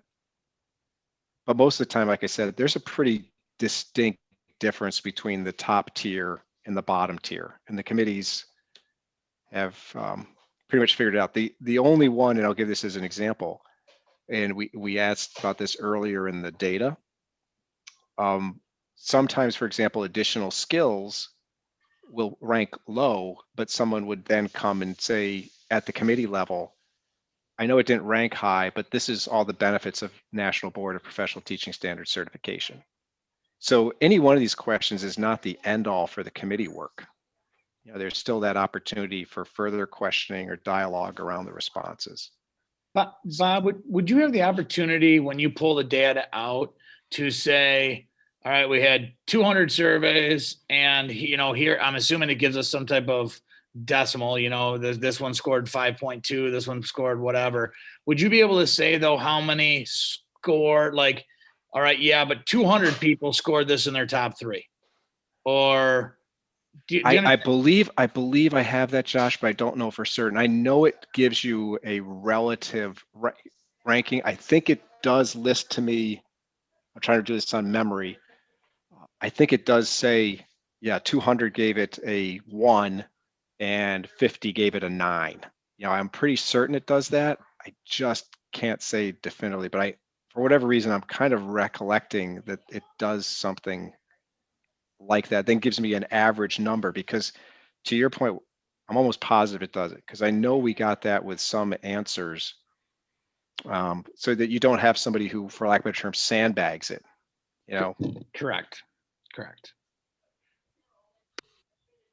So just really quick then for clarification, I'm hearing we should use a ranked choice, and we should add a sort of comments box at the end in summary of kind of what this discussion embodied. Is that a thumbs up for folks sideways? Okay, if that's the case, then that covers kind of the bookends of what Peter's group presented. Peter, hold me to the truth on this one. Was the suggestion of your group that numbers 4 and 5 be merged together, or that they remain separate? I don't know if we came to consensus, but I think there was discussion about merging it together. And I think there's value in limiting the number of choices because it becomes overwhelming when you have too many choices. So how might you word that question? Would you simply use total years of teaching experience, like period? From a district perspective, though, and this is weird for me as a teacher to be looking at it from that hat, but I do know that the district has really suffered with placement on a salary schedule. So somehow we've got to get people's views of people that have come in from other districts and their thoughts on that. Because for me, my whole career has been here in Burlington, but I do know that there's struggles sometimes when somebody comes from outside that has 15 years. How do they get placed? I don't know if that makes a difference by any chance of how they would answer that question. But is that going to get back to Bob's comments about being able to figure out who's who? Because I don't think there's many besides me that have a really high number of teaching years and only one in the district. That also would probably be true. Yeah, I don't know if that's, because remember this rank ordering, at the end of it, we're just going to see how people ranked it. I could rank all teaching, excuse me, all teaching experience being very important. It doesn't necessarily say what my demographics are. You know, where someone else, I might have a bunch of outside teaching experience and say, yeah, I don't think it should count because of X, Y, or Z. So I don't know if it's dispositive. I have said for committees, to Josh's point, this has been a very, groups have spent a lot of time on this because some individuals will view it that a year of teaching is the same no matter where it is. Others will say, no, there's all this professional development we did at Burlington. It's Burlington related. We should say that experience is more valuable. And neither one of them is a right answer, but the committee will talk that through. And the pros and cons will be someone maybe in your situation would say, do you want to have a pay system that discourages people from the outside with experience from coming in if you don't recognize it? You know, so you get all these different competing interests. And then Ruth can tell you sometimes the labor market just says, whatever you want to do, the person says, well, this is where I want to be placed. And I've got 12 years of service. And if you don't give me 12 years, you don't have a special ed teacher. So there's a lot of different things that come into play with it. Historically, those two items, and this probably gets to Peter's comment, this will be the last thing I'll add on this question, their relative ranking stays pretty close. And I think people view them as experience, you know, in teaching. And so if in the district ranks higher than all experience, they're almost always coupled together. I rarely have seen a bunch of answers in between the two of them. The one thing I did want to ask, and I think someone said this, and I know when you were in the group, we had the question posed to us about the licensure for PI 34. Did the group talk about clarifying that to just be educator licensure and then put PI 34 in parentheses or something? Or were you comfortable with the group, Penny and Peter, with the way that it's just listed there as licensure for PI 34? We didn't really clarify it. We just talked about that is what the current licensure is. Just so that the whole group knows, this question came back. We had a little bit of a conversation, Bob, myself, Penny, on behalf of Group 2, about the way that sixth drop down is listed, licensure for PI 34. And one of the things that we talked about is we certainly don't want to confuse people or trip people up if they're not familiar with that.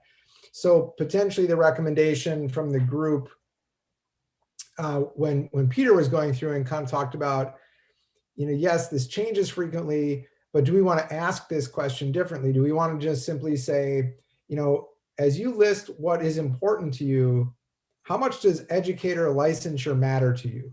You know, it could be just that generic. It doesn't have to be super specific if that's going to trip people up. The question though is that, you know, we've gone through so many different iterations where people had, you know, probationary licenses, they were doing PDP work, then they got lifetime licenses back, and it keeps changing. Now there is a sort of a strata to licensing where you can have this like master lifetime license. And the question is, do you care? Does anybody care? Should that be part of compensation? And so either you could totally remove this if you wanted, which maybe that was the suggestion, or ask it in a more broad sense of just educator licensure, or some other proposal. And so I think that's kind of where Bob and I were curious what group 2 thought of, or what anybody here now in this kind of discussion period thinks.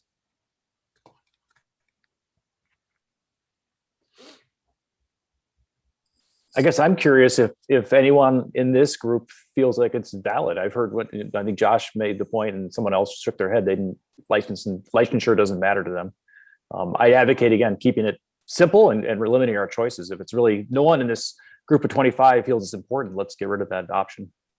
When I think of licensure, I think of different types of licensure. So like science, or I'm just looking around the room right now. So like tech ed or music, that's more of what I think of for licensure rather than tier 1, tier 2. And maybe that's different. Maybe that's an age thing. Maybe that's again, just being not through that cycle.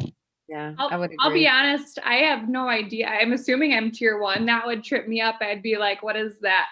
You know, just being a younger, newer teacher. I'm assuming I'm not a master license, but you know, I just think that maybe it's not as an important thing if we're looking at not trying to trip anyone up. Okay. And they Agreed actually in our did group, change- Brianna, that the terminology could be confusing. So you're not alone in that. Yeah, and they actually just changed the terminology again. Now it's a provisional license versus a master's license versus a professional license versus a lifetime license.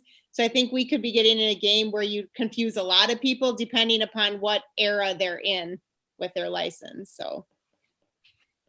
Okay, so just really quickly then, by way of review, 4 and 5 are going to become 1 question, total years of teaching experience. The what was kind of number 6 about licensures or certification is just going to go away. Can I just get kind of head nodding on that if that's accurate? Okay, perfect. There was a short suggestion from Peter's group about number 9, the student learning outcomes one being kind of controversial, leave it in, leave it out. Where did you land on that? We landed on leave it in. Okay. We want to flag that as an issue. Got it. Any other just comments about that one? This is the one that reads student learning outcomes, and it kind of goes on to parenthetically describe that. No, the only one I do though is have a question going back. So it was determined that we're going to make that 1. The total years is going to become 1 question. That was what I heard, but correct me if I'm wrong. I'm just asking. Yeah, no. I don't think we discussed it, but we didn't say either way. So. Yeah, I thought what I heard was that we would keep them separate. They just have a tendency to group together, but I maybe missed it as well. Yeah, that's what Rob said. Okay, so let me go back then. So 4 and 5 will remain separate questions. That's experience in the district, overall experience. I think, okay, got it. All right, and 9 stays unless there's a champion to say get rid of it. The only other clarification point I have on this, and it aligns with a good point Steve brought up on the title of this. Do I want to remove the word teaching and just say total years of experience in the Burlington School District and total years of experience in education in all school districts? Because we can have a counselor, for example, who may or may not view that as being teaching, and I'm not passing judgment whether it is or isn't, just how the lens of the survey taker. Yep, good suggestion. Yeah, I think that's I would good think too. that's probably a good catch. Okay. Then the last piece from group 2 had to do with adding a question about dual credit classes. Do you want to say anything more, group 2, to the whole about kind of what that question would be, and again, why you feel like that's potentially, we should put that in there? I brought that up, but it might be something that needs to be looked at in terms of like a stipend or something. But those of us who teach the dual credit classes through Gateway, we have to do additional in-services. We have to do 2 sets of grades. We have to do, a separate application to certify as an instructor for Gateway. We have to maintain additional certifications for them. It's another level of work that right now isn't recognized anywhere in the compensation model. But I don't know necessarily that the pay schedule is the exact place that belongs, since it tends to be something that only affects the secondary instructors.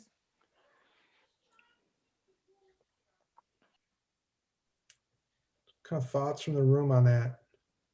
I would agree, because you're from a pay structure, the stipend would be a more logical place for that to be, because an elementary school teacher, middle school teacher would have no option for that. So I don't know if that would be something that we'd want to be able to make attainable through a salary structure, as much as we'd want to do that as an additional compensation thing, like she suggested. So not included as a question, and just. Can it go underneath the additional skills on the first one where it says, for example, and is it listed as another dual credit comment industry certification? Does it go up there? It's a great thought. That's what I was thinking. Is there a consensus adding that in there? I could put it in that just dual credit courses. Well, it's even more than the dual credit. It keep expanding, right, Julie Beth? It's the people that can your class, the students leave with certifications out of it then too. So that's right. Yeah. That was initially I was like, oh yeah, that should be a. And then when you mentioned it might have to be a different one because it's not applicable K-12 wide for teachers. But yeah, there's a whole other. The software savvy, the kids get those certifications, and the teachers have to go and get trained and be updated to be able to give those. The saw blade certification, torque wrenches, I can help me. I'm missing a bunch, but yeah. But again, putting dual certification are there for the people that have dual certification are going to know what it means.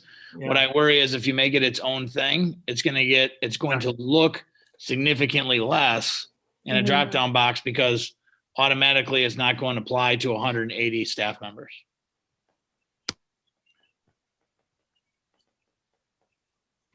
So is there consensus on just including it there as one of the examples, but we'll leave it underneath the additional skills header? Yep. All right, super. So, and then if we can try to wrap up this pairing so we get to the other groups and be cognizant of everyone's time, I did include in a new question, which would be if you wish to clarify why you ranked an item where you did in question, now whatever it's going to be numbered, please insert that clarification here. So if someone chooses to say, Josh, I think you had the example of, I don't really care about X. So I didn't care, but I really dislike these 2 things, or I really love these 2 things. Or maybe they clarify by, I don't know what you meant by this. It's. Yeah. I would agree. I think just having that clarifying thing, so as an opportunity for people to clarify how they rank something, would be nice. We're next here with 9 and 10, and that was one of our suggestions as well. Is that the consensus of the group then, and we can move on to group 3? All right, super. Awesome. And who is our group 3? Who's got the notes, and then who's got the talking role? I have both roles. Oh, really? Yeah. So just to kind of keep it short, just because we kind of talk about ours, they were determined as more of catch-all questions, 9 and 10. So we had conversation of what do our questions really want? I guess we really want to hear an explanation on people's number 7, and that's what Robert just talked about, adding that question in and getting an explanation for people of why they rated things they did. And then, so 9 and 10, short and simple is, what do you hope for? What worries you? We're wondering how we can pair that at the end with number 12. In our, what are your worries, hopes, ideas, just adding as a catch-all at the end versus having multiple catch-alls. So that's just some short and sweet conversation of what we had.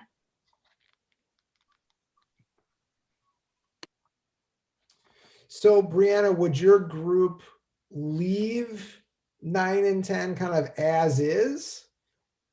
Or would you make that, or are you saying like just get rid of them and put them and sort of use 12 instead?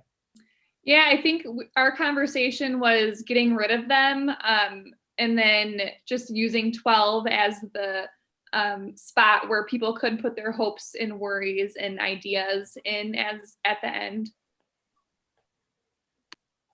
Okay, thank you. Maybe even putting in parentheses under by 12, like hopes and worries, just to kind of, or wishes or concerns or something like that. But in the listening to what he was mentioning as far as time and things of that nature, having too many of those boxes could lead to an issue. I like those thoughts, especially because I thought those were out of order anyway, because it's like you're almost ending the survey, then all of a sudden you get to what group 4 worked on, which I think is more the meat of some information we're trying to dive down. So if we can paraphrase, I like those suggestions, paraphrase those two to kind of make one ultimate number 12 wrap up feedback would be good. But as a group, we did feel like there should be a question there for us to get some data on the why behind how staff ranked their number 7. Just to clarify. So we have that now, Jill. So because of that question, is the consensus then to eliminate the hope and worry and put that somehow into a morphed final question? Thinking a lot of head shaking, just the thumbs up on that. All right, fantastic. Can I mention something we came up with in group 1 though, that we had said we might want to add there, and if we don't add it there, still maybe at the end. We were wondering if we wanted to ask staff, like, what is the bottom line necessarily, or what is it that would make you leave? And not to sound like negative, but just to find, like, is there that one thing, or like when you say those worries, I don't know if you want to even ask for 3 worries, like what is that biggest thing that, or like the biggest misstep that could be made in this committee or something like that. Kind of just to know, like, what is it that is super like valued by staff? So I we're fine if it would get moved to the end, but I think it might be important to really say, like, this is the time that you can really let us know, if that makes sense. And I'll just back her up as from a board standpoint. I would like to actually have that kind of candid response from people. So I would love to hear that. Our group did think like that the words like that are with 9 and 10 need to go, like given the changes taking place in public education, because it kind of doesn't allow staff to just be more open-ended about what worries them. It sounds like I have to funnel into one of those topics then. So we thought that whole sentence should not go with it.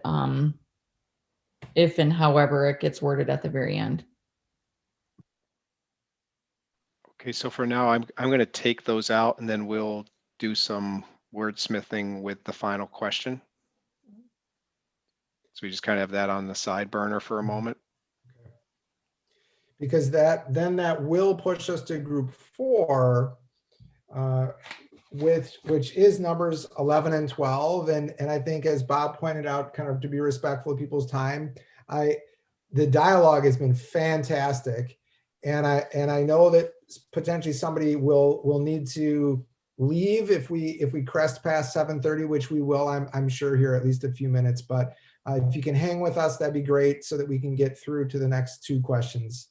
So who's our group 4 in terms of our speaker and our note taker? That would be me. I have both. All right, thank you, Heather. Then you've got the floor. Okay. So for question 11, and this is actually where we spent the majority of our time talking, is on 11. The first question we had is, there was a lot of questions within number 11 that were about benefits. And do we want to have the benefits in there, or is it just about salary? Because if it is supposed to be just about salary, then we felt like the benefits pieces should be taken out. We talked about that we felt it would be okay leaving them in, but if we were going to leave them in, we had some suggestions on them. And so here are our suggestions. First of all, we thought number 4 and number 8, the ones that say I get help with problems or questions about my pay, and I get help with problems or questions about my benefits. We felt those were more HR questions, not necessarily related to the actual compensation itself. And so we felt that those should be removed because we felt those were more something that the district just wants to know about. Are we helping our people, our staff, the way they want to be helped? They're not necessarily that it's going to play into the compensation or benefits themselves. Then we said the one that says, and it's number 1, 2, 3, 4, 5. I think it's number 5. I am satisfied with the benefits offered by the district. What we actually wanted to do was change that one and have that be like the leading line, and then break the benefits down below it. And because we feel that people will respond differently to different benefits. So we wanted it to be broken down into health benefits, retirement benefits, dental benefits, and I get the other two, sorry, life insurance and long-term disability benefits. Because, for example, how someone responds to health benefits may not matter as much to them as how much they respond to retirement benefits, for example. And we thought that could be done by having that leading line and then allowing them to choose strongly agree, and so on for each of the separate benefits. And then the final comment we had on number 11 was, do we also want to include optional benefits in there at all? Because our district does offer some optional benefits that other districts do not. And granted, staff has to pay for them individually, but we still offer them, where a lot of people have to go outside on their own to find them. So we didn't know if you wanted a question related to that. And then our final comment for question 12 was definitely leave it in there. And we talked briefly about maybe rephrase it slightly to what is it that would make you stay and what is it that would make you leave. So basically kind of summarizing the whole as, here's what makes us want to be at B8 or at Burlington, and here is what would make us leave Burlington, to really be honest and really get a breakdown.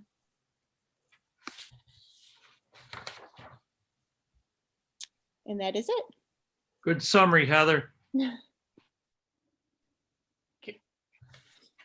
All right. Can I just pigtail on that real quick? Are we ready for comments or not yet? I think so. Okay. I like their very first question. I mean, if we are going to make this survey, make this committee regarding compensation, I would think that anything after the top 3 questions could be deleted.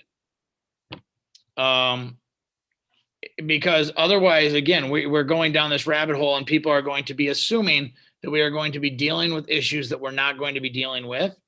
And that to me seems like that would create some confusion, and maybe take the eye off the prize a little bit. And maybe I'm wrong, but I think I heard that from Robert, Mr. Butler earlier at our last meeting, that sometimes the scope can become too great. So if the scope is going to be salary schedule, then I would suggest removing those other ones.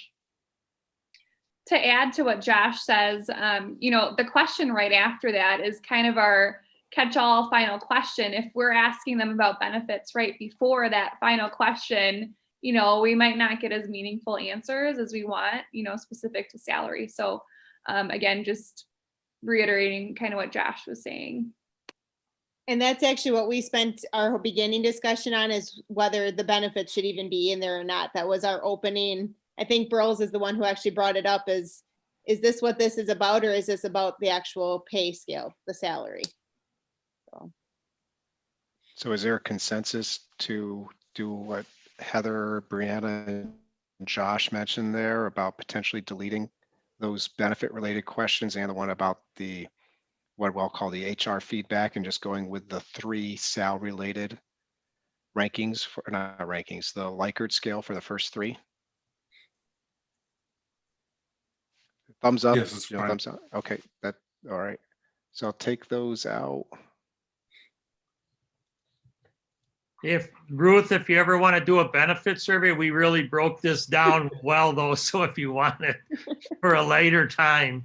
Send it to me. I was gonna say, it's all in my notes, so you'll have it all. So. Thank you. And so then for the last question, I heard a couple of different things there, and I'm wondering whether that last question gets broken up or whether you have it as one, because you have are there things you want the committee to consider that aren't referenced, which I do think is a catch-all. And then, and I apologize for not remember who made this comment, but someone said, what is it that will make you stay in Burlington? What is it that will make you leave Burlington with respect to salary compensation? Mm-hmm. You know, so to me, they strike me as separate questions, but they'd all be text boxes again. So your colleagues, there's going to be several text boxes, which is the good thing is nobody can say they didn't have a chance to tell you what they think. The negative is there's a bunch of text boxes, you know, so they take more time if someone chooses to fill them out. I think though, at the end, when it's a summary, and if you're asking them the one thing that would make you stay and the one thing that would make you leave, I think people would be very honest, and it would be, versus when you're asking them to list 1 to 3 items, think if you're saying, here's what is my absolute reason I stay at Burlington and here's my absolute reason I would leave, I don't know that that would take a whole lot to type in. Can we again just put the disclaimer though, off of a salary schedule or off of a salary model, because otherwise I do see people potentially going down mostly medical insurance potentially. Which is a valid concern, or maybe that is important here. I don't know. But if we're just going to be dealing with a compensation schedule, I think trying to focus them towards a compensation schedule would be important. So to Josh's point, is we said, what is it in a salary compensation model that will make you stay in Burlington? Because that's still, because it could be beyond the schedule, taking the comment that Julie Beth said, you know, it might be additive pay that someone has, but it's still my salary. It's still going to ultimately be my salary, my take home. Josh, to your point where somebody just says, because I think you're right. A lot of people will say health insurance or post-employment benefits or class size or, you know, leave provisions, which again, might be very beneficial for the district to have that data, but you're not directly asking for it. So I don't know if it scientifically is valid, because a lot of people won't put down health insurance just because we didn't ask it. This was a compensation survey about salary. They weren't thinking it. Just to be like the devil's advocate on there though, like I understand this is about compensation, but I'll be really honest with a family on the family health plan. Like you take my salary, which seems pretty nice and decent, and then you subtract $10,000 if I have to meet my full deductible. And I mean, suddenly then that isn't as appealing. So I know we are focused on the schedule, but I think there is something to be said for that. And I think that is on other people's minds. So I don't, you know, we could have the best salary schedule in the world, but when you are subtracting $10,000 or $5,000 for a single person, I mean, I do think that's worth hearing what the staff has to say and not limiting them, I guess.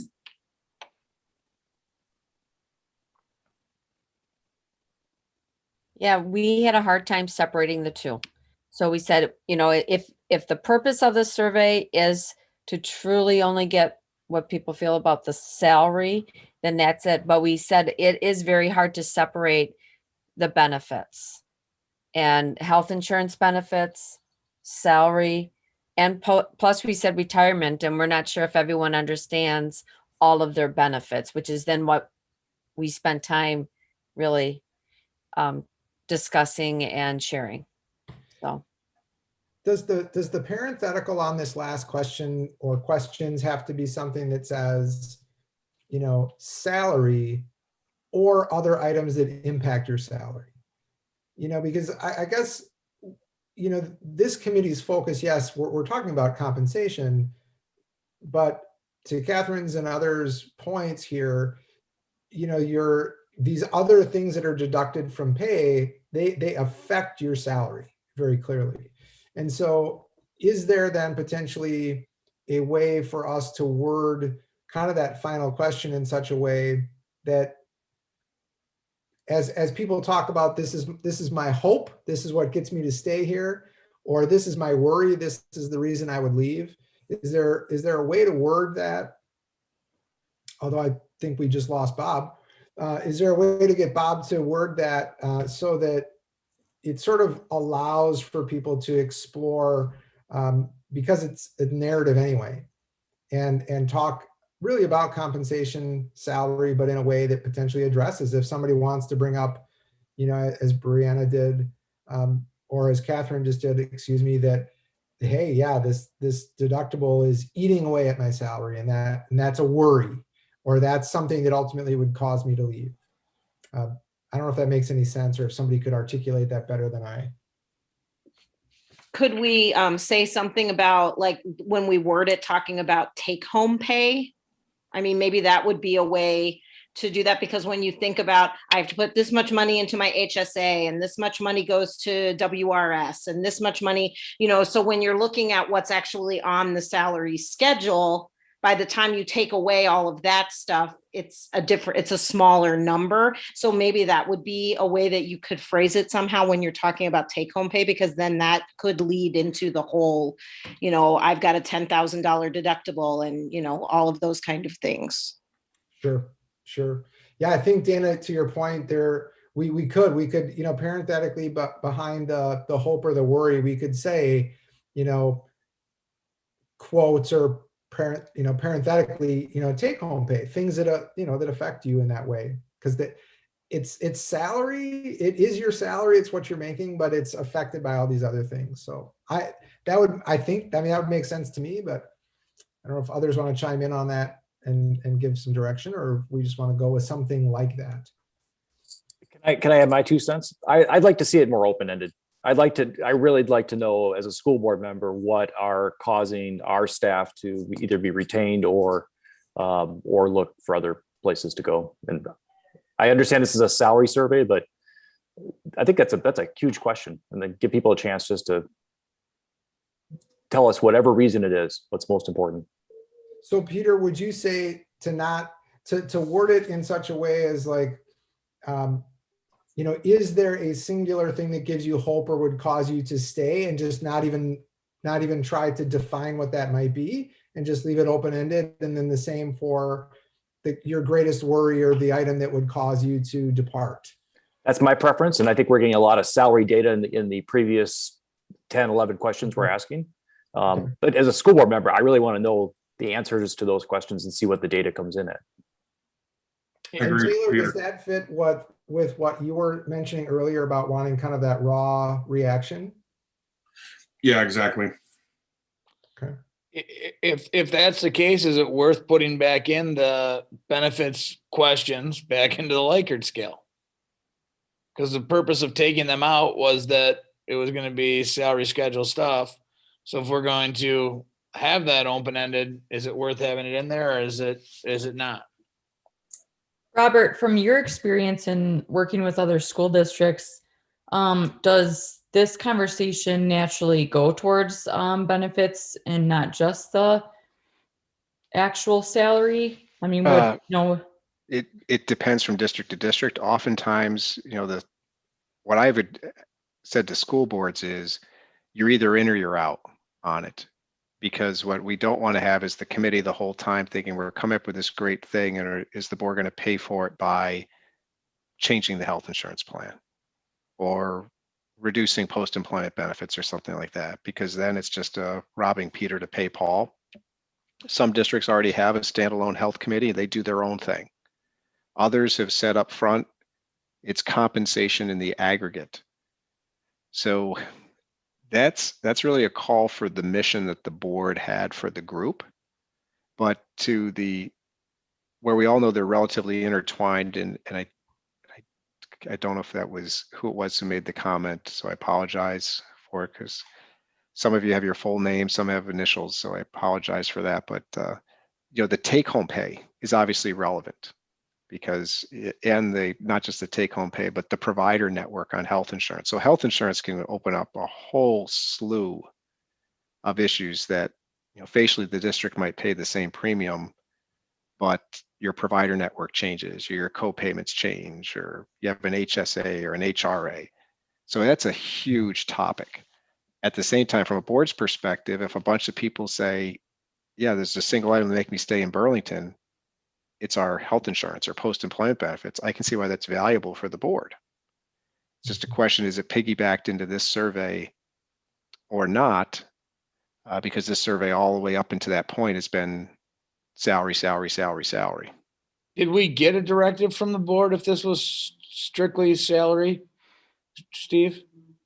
So my impression, I was just going to chime in and say that my impression from the board is that there's a desire to really hear from staff about what their priorities are, what their values really are, sort of what it is that matters the most. And I think that what's interesting is that these couple of questions really get at the heart of that, and that the board, this is my impression, so Peter, Taylor, Diane, certainly correct me if I'm wrong here, is that this survey was one of those things that would really start to inform the board about what those values really are.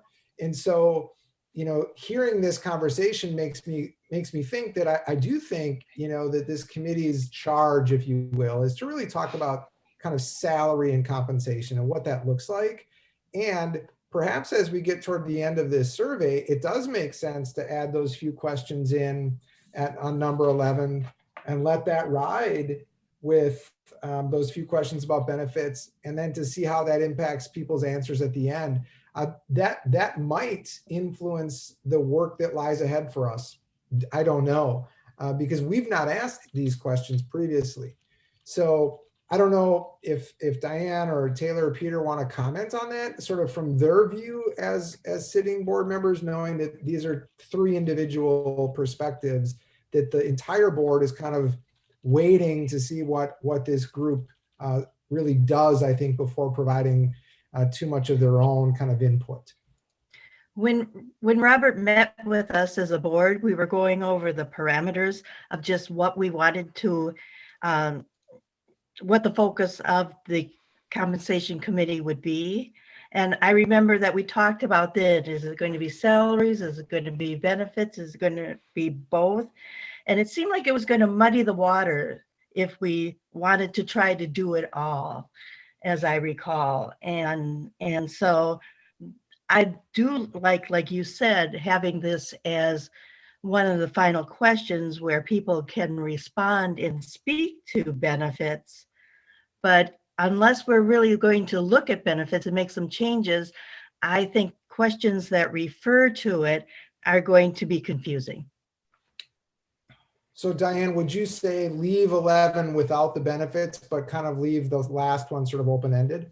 Right, so that benefits can be brought up, but it might not be in anticipation of us being able to do something about the benefits at this time. Got it. Okay. I'll second that. I think that's spot on. And I foresee that we are going to have, we're running over time on our meeting already, but there's going to be a discussion, and maybe it's another committee dealing with benefits in the future.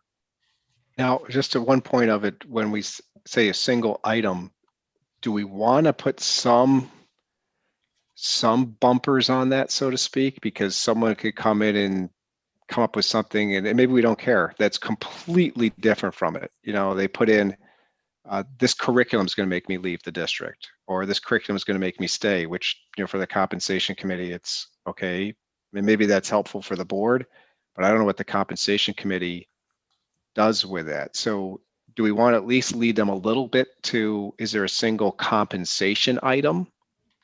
Because that's at least got some parameters around it. Perfect, yes.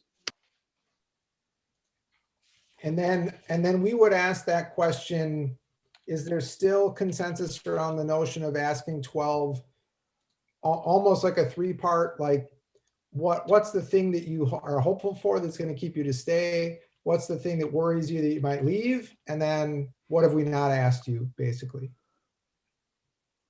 Okay, and I'm seeing some head nodding there as well. Yeah, I think that's fine, Steve.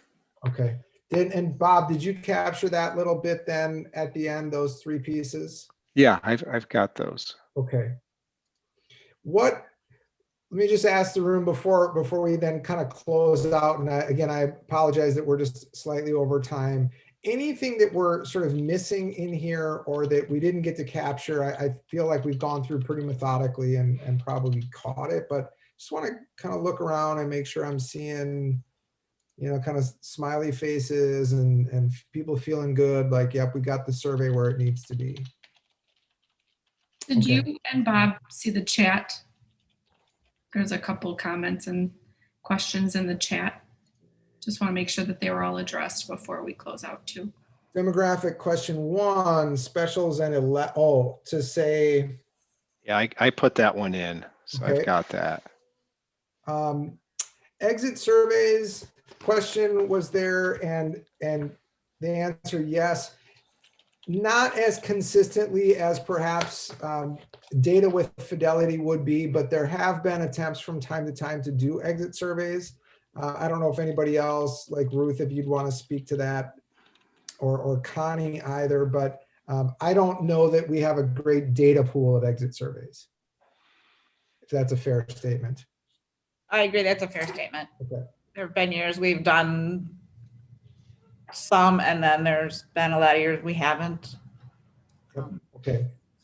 And then Dana's question about benefits being another survey, that's very possible, particularly depending on what comes back on this survey, that as we move forward. I also know that this survey is certified staff. I know there's interest in then potentially doing something similar and follow up with non-certified staff. So I think that we're kind of on the beginning of a much larger view and sort of investigation of compensation. So I think that's a really good question, Dana. Lastly, and again, in the sake of time, I would ask the survey, if things go well and on schedule, we would get this out early next week, maybe Monday or Tuesday, and have that survey be out for a week or 2. But we'll need to review that timeline. Some of you pointed out the typo that, it looked like, yeah, you can't have it open for 2 weeks and then have us back on May 3rd. So the hope will be that we've got it mostly ready to go here in the next couple of days, and we can send it out Monday, have it be out there for a week and a half. But I would ask you to hold May 3rd, which was a date that we did have on our original schedule. And May 3rd would be the opportunity for us to come and have a meeting kind of like this, where we would then actually go and review the data and start kind of playing around with, well, what do we see? What do we know? But I will certainly be in touch if for any reason that timeline doesn't look like we can make it, or the data is too overwhelming. We need some time to begin to kind of put that together for you. But that would be hopefully an opportunity for us to kind of at least take an initial look at the data that comes back from the survey. Does that ring true to you as well on your schedule, Bob? Right, yes, it does, Steve. Okay, perfect. Then any other closing comments? My only closing comment is one of appreciation for the tremendous conversation and dialogue here tonight as we get started to get some feedback from staff. Anyone else, just feel free to holler out. Real quick, I don't know what the ability is to lay out like a long-term schedule plan, but I already have now May 3rd filled up because I was deleted and we talked about doing summer. So if there's any ability to get dates out there, more out into the future, it's gonna definitely make a better chance of being able to attend meetings. Fair enough. I would love to do that. It's been a little bit hard to schedule some stuff with unknowns that are also in our lives at the moment, but point well taken. Anything else? All right, hearing none, then again with appreciation, thank you for your time and dedication tonight. Apologies that we ran a little bit over, but some great dialogue, and we will hopefully be sending that survey out as early as Monday. So thanks again, and we'll see you all soon. Have a great day of school tomorrow, everybody.